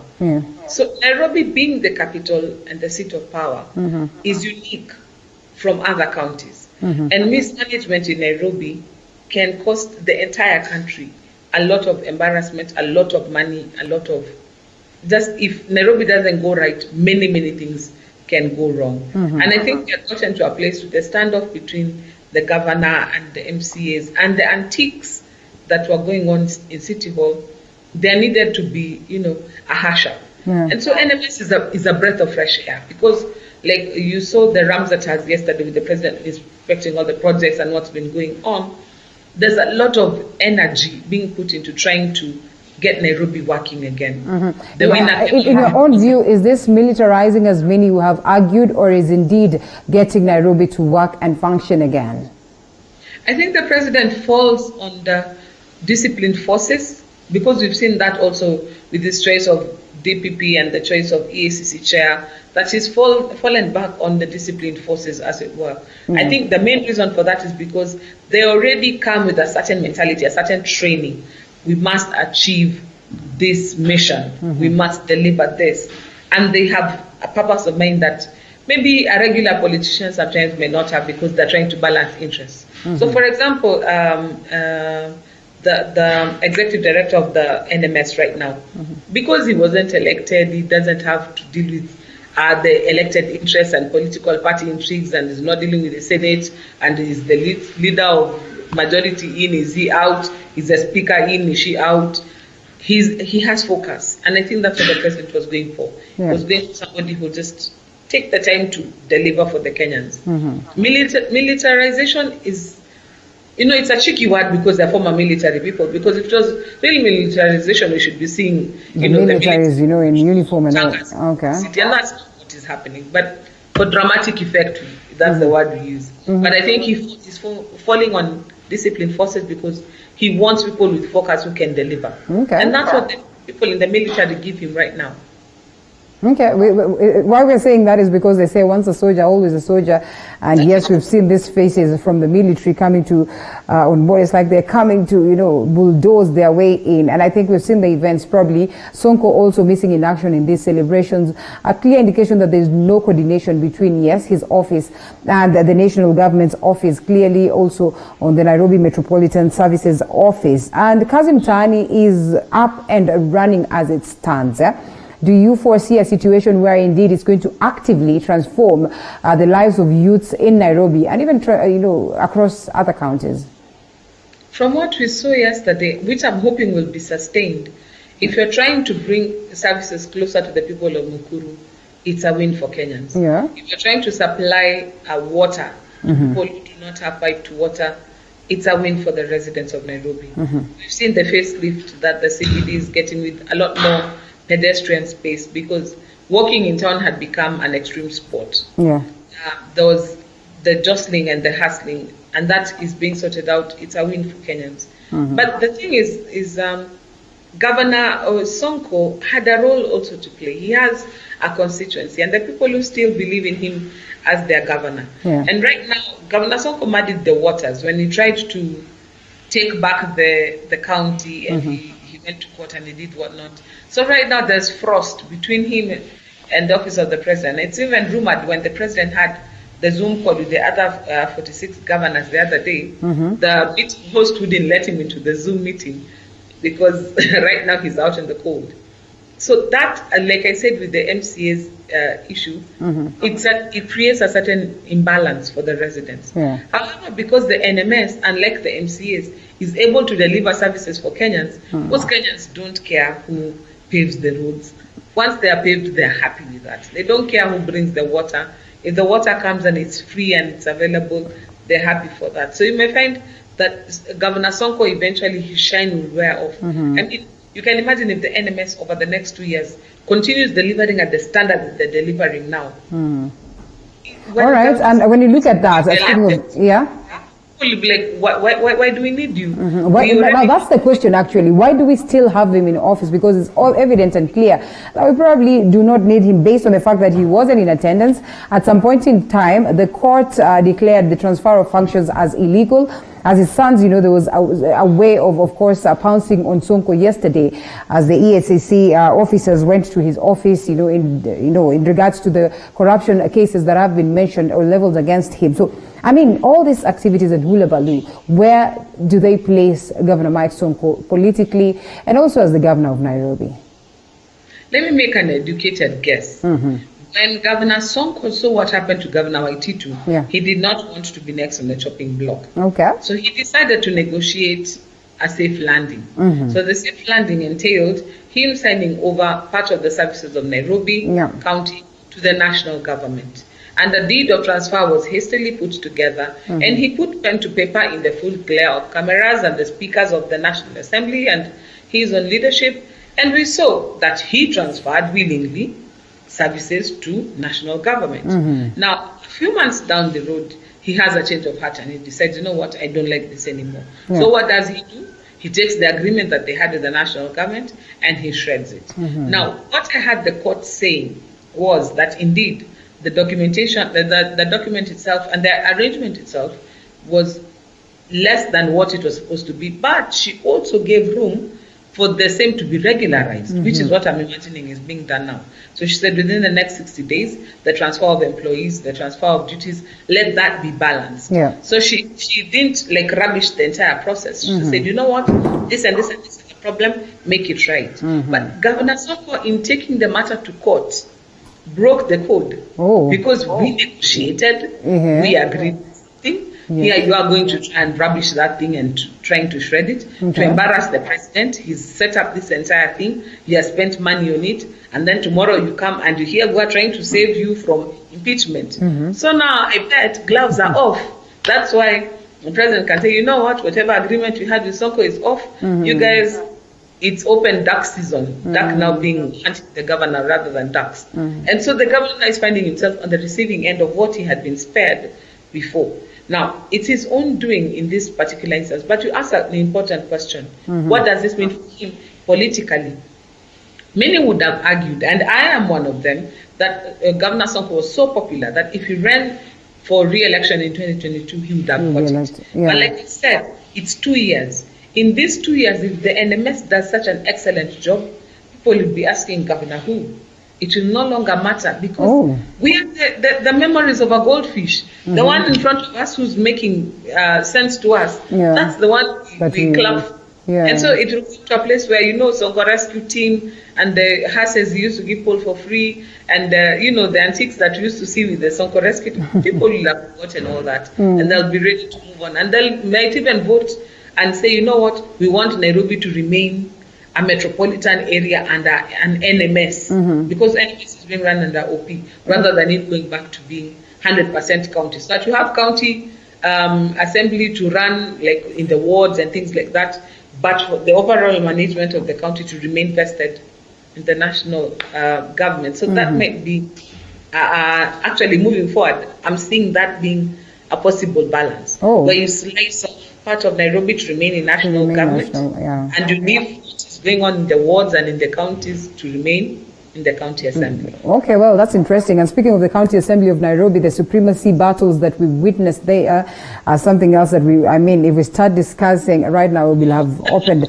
Pandora's box. We can only hope that things are going to change for the benefit of the people of Nairobi. And Nairobi itself is set to benefit more if at all these proposals that are fronted in terms of, disbursement of monies at the level of the counties are going to be so. Nairobi is set to get about 16.04 billion, and there's been a tussle in regards to how best these monies can be shared across the different parts or the different counties that we have. So there's a deadlock over these counties' cash sharing, and we saw what happened yesterday in Senate as the argument was on ground, and Senate Speaker Lusaka says the report could not be adopted in its current form, and it seeks some level of amendment and, of course, different changes on matters version. There's been the aspect of high population, and of course, we could see something that is close to, fist fights in how these senators were trying to defend their very own respective counties as of the allocations and the new formula that has been proposed. What do you make of this? And we're talking about counties that have not been able to generate revenue for themselves, and whether there's going to be any hope of counties getting to that point where we'll literally start experiencing the fruits of devolution in totality. I think there is need for a relook at our revenue allocation formula because the current situation we have, like you said, there are such discrepancies and inequalities that sometimes, like I had Senator Irungu Kangata saying, there's no senator who wants to go back to his county and tell them, by the way, we are getting less money than we got last year. They feel like that would be an indictment on them and failure. But like you have said, this has been a discussion that has been ongoing. Should it be 1 kilometer, 1 shilling? Should it be one person, 1 shilling? Should there be a quotient that is pegged on how much income you actually generate within the county? Should there be an equalization fund? There is an equalization fund. How should it be used to help marginalized areas come up to speed? Now, we have never cracked the code on revenue allocation. Part of the reason is because the cake that is being shared amongst the counties is really small. So the constitution is saying, what, 15%? We've gotten up to somewhere around 30% now, where it actually goes back to the county. But we have also seen that there are some things that the counties are bearing a burden that they have not yet been able to become free of. So, for example, many of them still have a very huge workforce that they inherited from the former county municipal councils. We've also seen the issue of leasing of equipment, where it is mandatory and the payments are taken upfront, so it doesn't even come to the country. So it's allocated on paper, but it never makes it into the bank account. There's the issue of paying pending bills, where there's money that you have to show has been dedicated towards. So the counties are dealing with a lot of things that are taking away income before it even lands in the spending pocket of the county assemblies. So I think that the Revenue Allocation Authority has a lot of work to do to come up with a workable formula. But the challenge to the counties as well is, this is a challenge to you to also start creating your own revenue. So for example, Narok County with the Masai Mara, they are very clever in insisting that the Masai Mara remains under the county government rather than going with the national KWS. Maybe it's time for other counties to start making such negotiations with the national government, such that which is a high revenue earner remains under the control of the county to some level. So for example, Mombasa, if the Port of Mombasa could remain under the county assembly, under the county government control, some revenue shared with national, but some kept there, we would see less pressure on the consolidated fund to try and fund everybody. Because I think the problem right now is we're all trying to share this national cake, and it's just not enough. Already, what you collect, over 80% of it is committed to paying debt and paying recurrent expenditure. We've got that much left for development. It's simply not, our budget right now is simply not working as it is. So the challenge must be to everyone, not to look at the consolidated fund only. It's time we also started creating value and revenue so that we take the pressure off the national government to provide money for everybody. But that said, the formula is not fair. So we need to find a workable, fairer solution. Okay. Well, we can only wait and see what will happen in regards to the same. Yes, this is still being discussed at the level of the House, and what will be reached out, I hope, is going to be friendly enough for every other county to celebrate. Thank you so much, Joy Mdivo, for, of course, taking us through this session. It was great having you this morning, and looking forward to more sessions, even more. And it's now time that we wind up on the review of the current affairs in the country as we cross over to a different segment altogether, where we'll be talking matters of fashion, coolness, and indeed a conversation that you do not want to miss out on. I'll be telling you about the guests of the day after this short break. Morning Cafe takes a short break. We'll be right back with much more.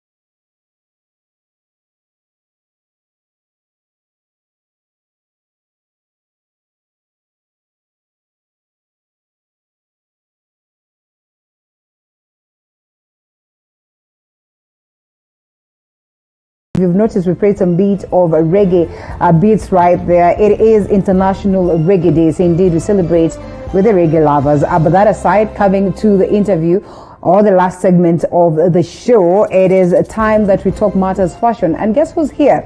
Ooze Coolness. Not just Ooze Coolness, a very young and beautiful girl who's delving deep into the matters of fashion and doing just great. Nyokabi Wainaina. Good morning. Good morning. Thank you for your time. Thank you. What about Ooze Coolness? Ooze Coolness is a brand that has very cool pieces.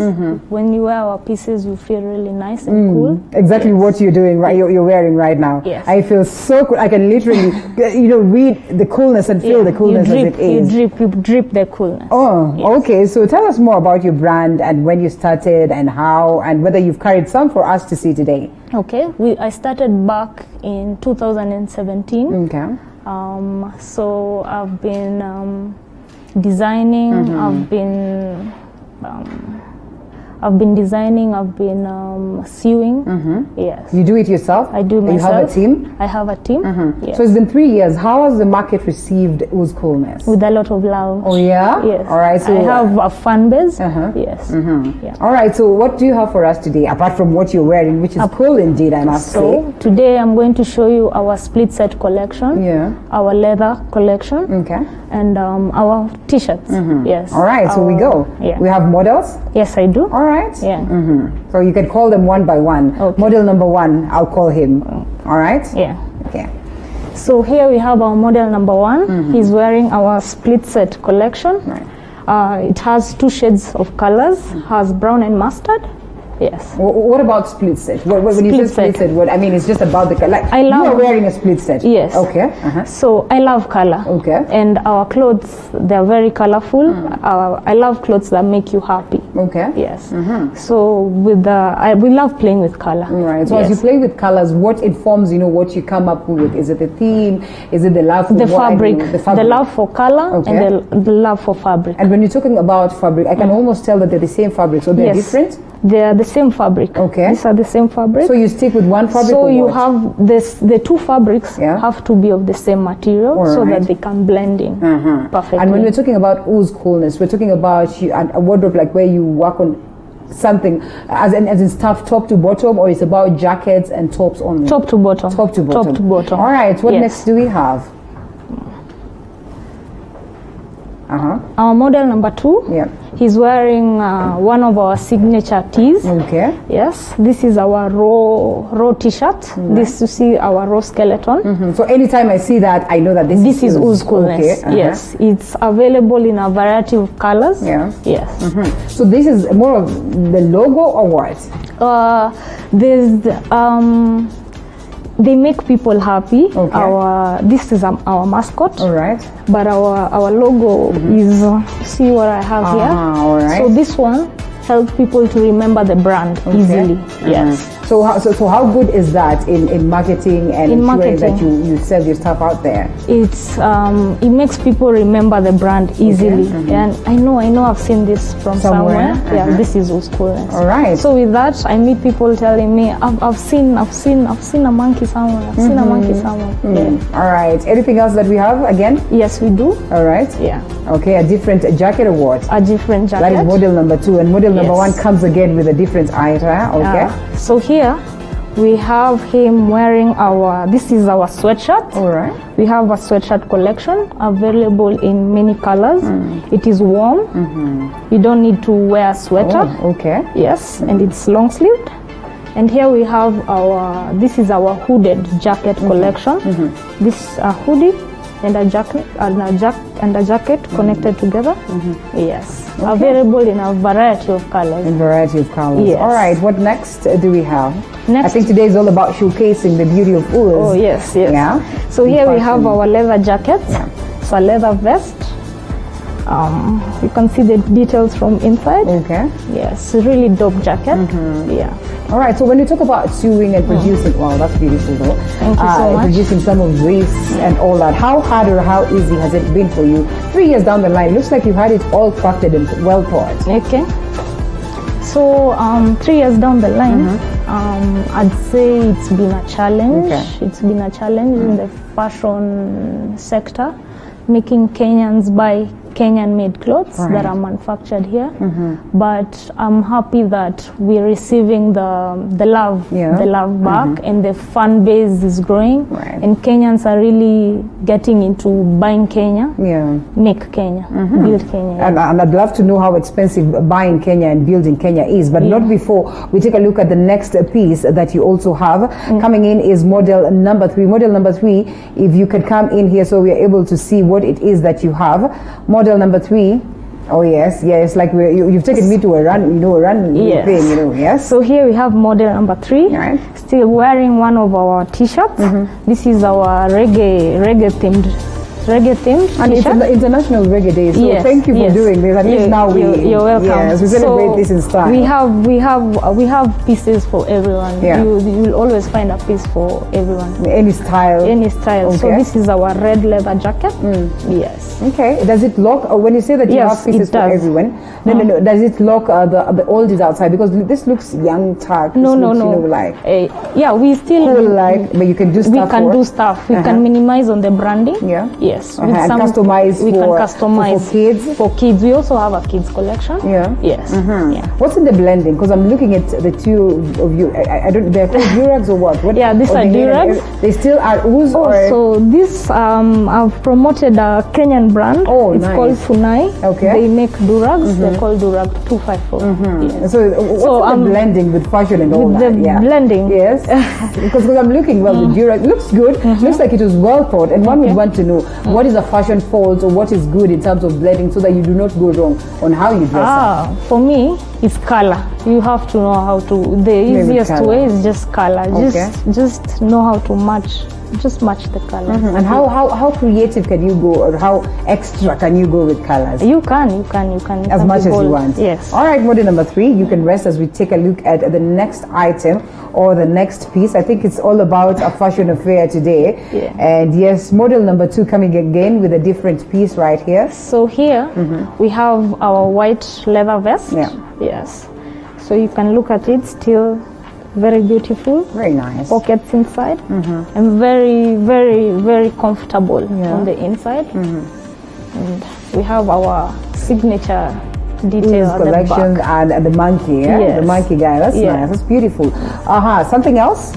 All right, with model number 1, as they come in, and one would question on the aspect of prices, because Kenyans really would want to consume our product, and this is good, as it's certainly worth consuming. But just by the look, there's fear of it could be expensive, and maybe you don't even want to ask the prices. So the price ranges, and the playing around, and how available these materials are. How friendly is it for you in business? For me, I'm just trying to get the brand out there. So at the moment, we really want to bring the brand out there. So the next model can be working in. We've made the brand available to everybody. So it's pretty much affordable and all that. Okay. Well, next brand that we're having coming on board with model number 2, and he's right here. So model number 2 is wearing one of our hoodie collection. Yes, you can see it's a maroon hoodie, available in a variety of colors. On the hands has some details. Yes, it's a beautiful, comfortable, warm jacket. All right, ooze and cool indeed. Next one, please. I hope you will be coming in pretty much fast so we can save on time. Ooh, this is beautiful.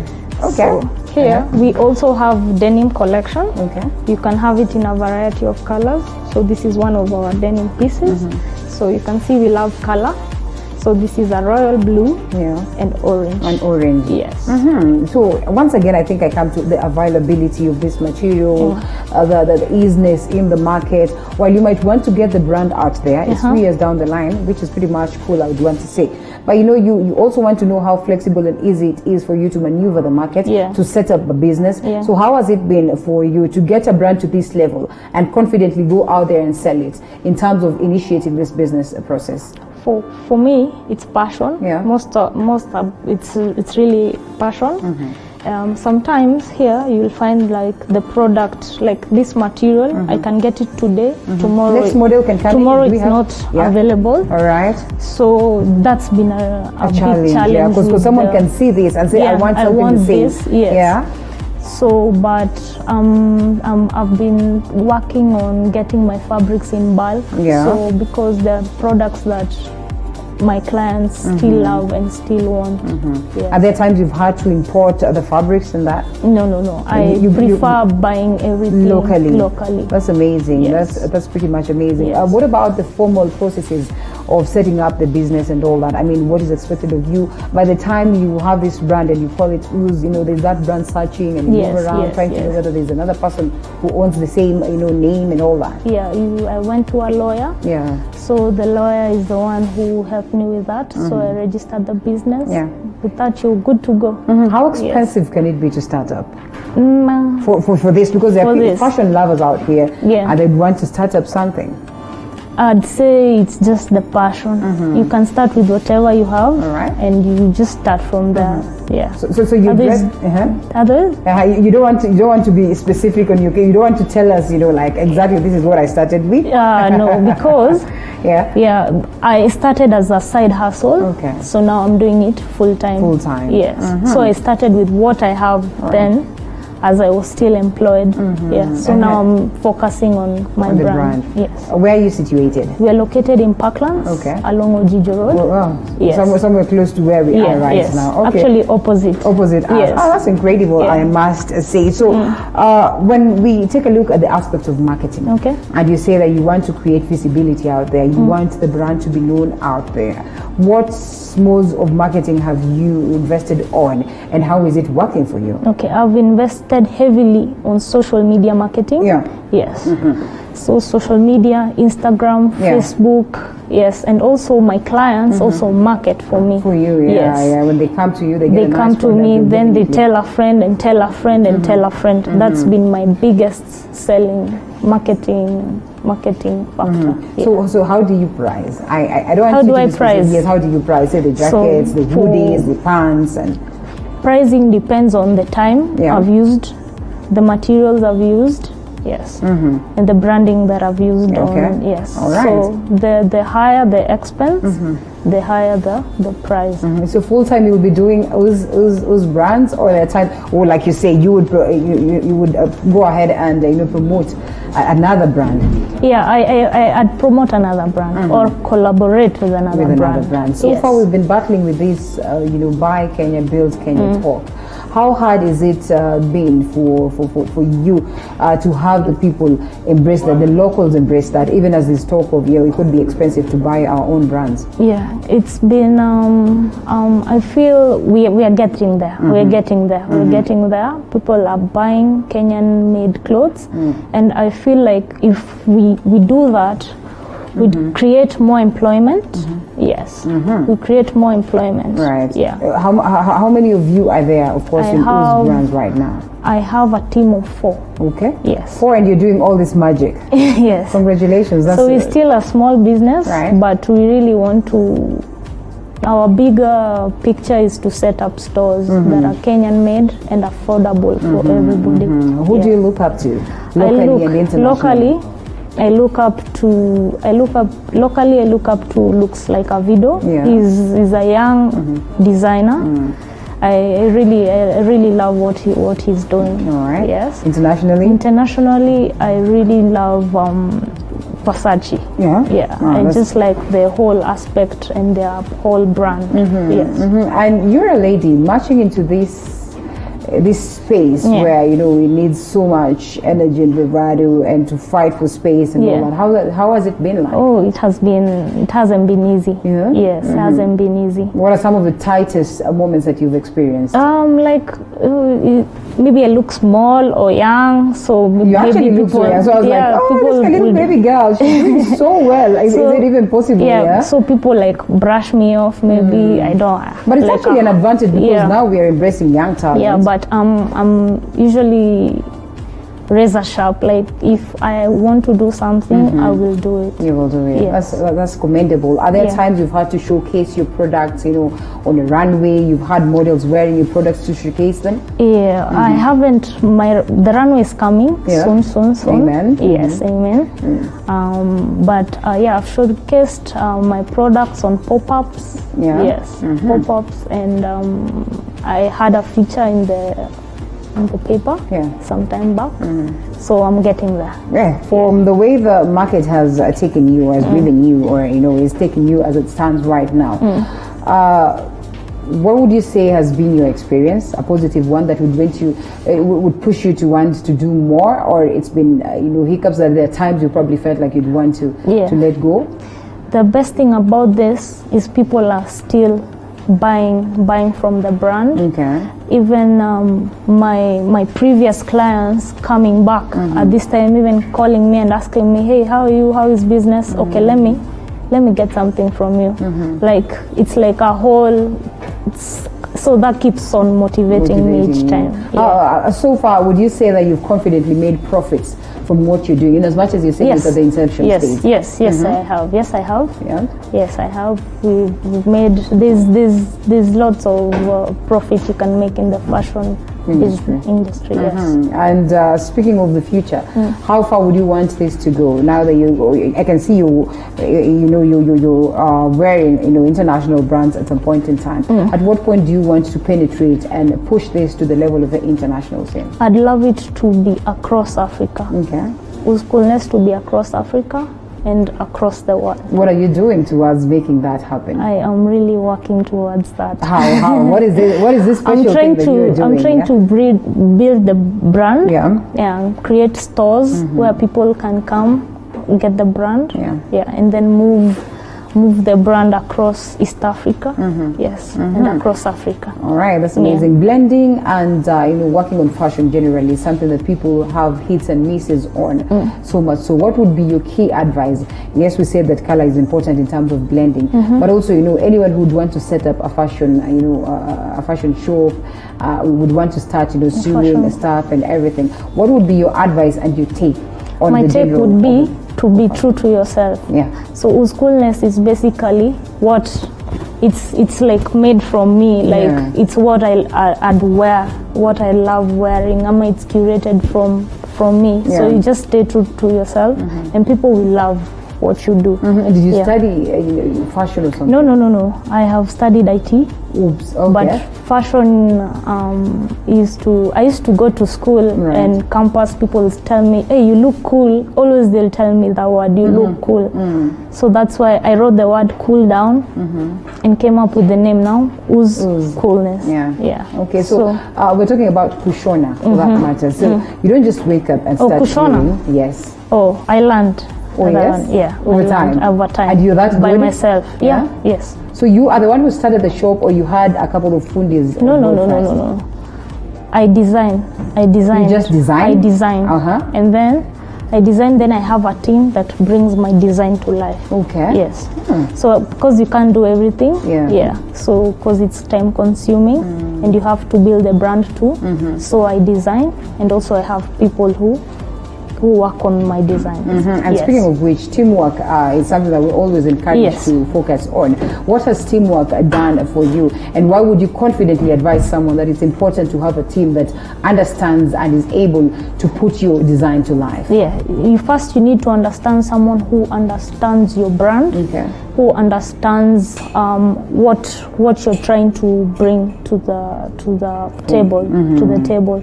So teamwork is really important, and we grow together. We're growing together with my team. Yes, they really believe in it, so we're heading there.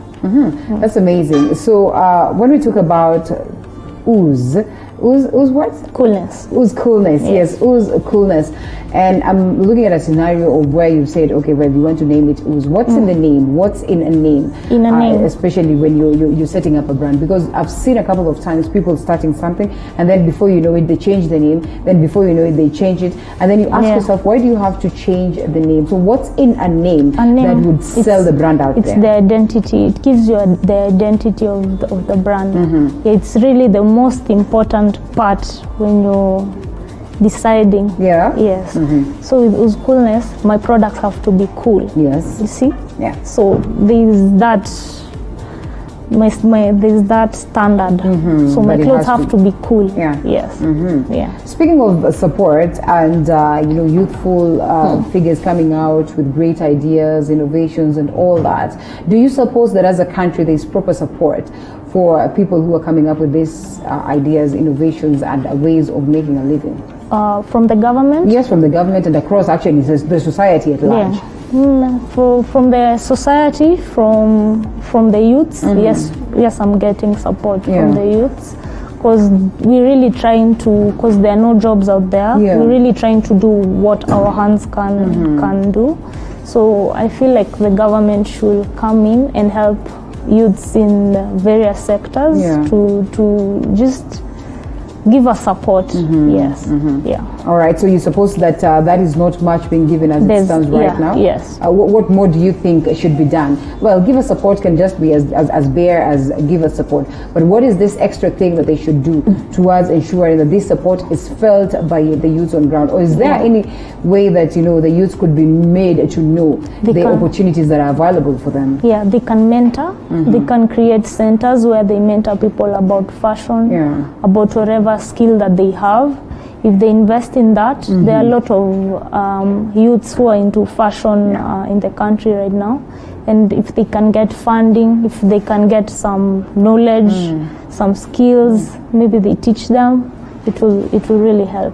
Yeah. What are the dangers, or what is the goodness of someone following their passion? Because you say that you've done IT, but you're so focused on this. I don't know. Yeah. Are you still practicing IT? No. And why not? Because I had to choose. Like, fashion also consumes a lot of time. Okay. Yes, you have to give it your time. Yes, you can't be doing so many things at the same time. Does it feel like at some point it was a waste for you to have gone to an IT school? Oh yes, I won't. Yes. Oh my God! Are you not planning to use these skills anywhere else? No, I do. I'm also an entrepreneur. Okay. I also do other stuff on the side, not basically fashion, but also IT related. Yeah. So I'm still using that. Okay, so there's someone who's out there watching you today, and they're probably juggling between their passion and what they've gone to school to do. What would you advise them today? I mean, yes, passion is key, but sometimes also what you've gone to school to do is another thing, because there are parents who invest to their kids and they want you to take this direction. What would you tell them?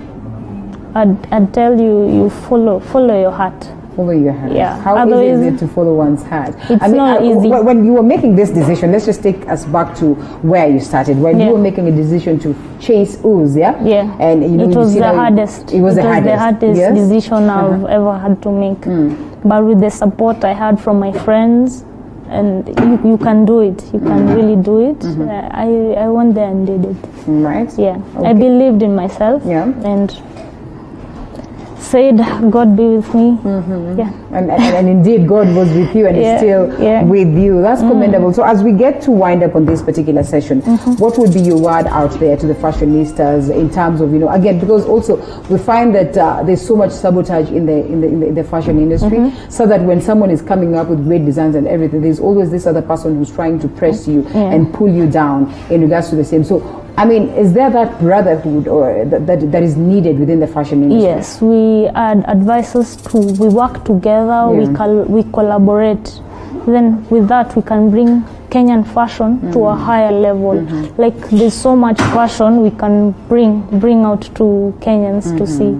There are other amazing brands here in Kenya. We can work together. We can go far. Do you in the next few years, the fact that yes, I'll come to you. Do you suppose that the fact that maybe there's not so much collaboration could be what is making us lag behind in terms of building our own and making the best of our own? Yeah. If we really support each other, with the brand, we'll keep on sharing each other's brand. We'll keep on supporting each other's brand. So if my followers will follow you, and with that we'll all rise together. Yeah. In the next 5 years, where do you see the fashion industry of the country's fashion industry? It will be big. It will be. It will be What makes big. you say so? Because Kenyan fashion, I'm telling you, on the ground is really coming up. Yeah. Is really coming up. There are great designers out there. Yeah. Okay, that's amazing. When we talk about dressing up people and all that, what other extra ways are you trying to push these brands in terms of, because I've seen other fashionistas coming out and, they would want to dress, say, celebrities, and celebrities, they Yes. highly depend on that. Yeah. If you want to do music with a certain, style that you'd want to. Yeah. How is this coming up in Yeah. terms of, or is equally placing us at the niche or at the top in terms of boosting Kenyan fashion? Yeah, actually, if we really work with musicians, I've dressed up a couple of celebrities, and that's the best way how to take our brand to the next level. Yeah, if the musicians and fashion designers and brands work together, we can take our fashion to the next level. What is this one kill that you made that got you thinking, now this is it, this is the business of the day, this is the deal of the day, and boom, I am here? There's a referral I got. Okay. Yeah, guy was like, let me come to your shop. He came, just made the biggest sales. He took like almost every piece he could find. Wow. Yeah. And that was amazing. Yes. And also most expatriates, when they come to Kenya to visit, they really love my brand. Like they also they really congratulations. support. This time of COVID-19, business is still good? It's not good, but we're getting there. All right. Yeah. And we hope that, yes? Yeah, we really hope everything gets back to normal. Yeah. Yes. All right. Congratulations once again, Yokabi Wainaina. Thank you so founder, much. Ooze Coolness. Yeah. Indeed, coolness right there. You are doing good, and we can only wish you nothing but the best. Like we always say, you do not need to sit at home and say that, oh, serikali hakuna kazi and everything. Go out there, be creative, make the best of yourself. You never know. You just never know. Indeed, probably Ooze Coolness will be the next biggest thing in the fashion industry. Don't you also want to experience the same sweetness? It only takes one full step of taking one move, and you are going to take yourself somewhere. Thank you so much once again for keeping it Morning Cafe and TV47, the home of Untold Story, all the way from 6 a.m. up until now. It's Kwaheri. I get to see you again tomorrow, same time, same place. My name is Linda Alela. Kirobi is up next with Matukio Mtambuko. Do enjoy the rest of your viewing.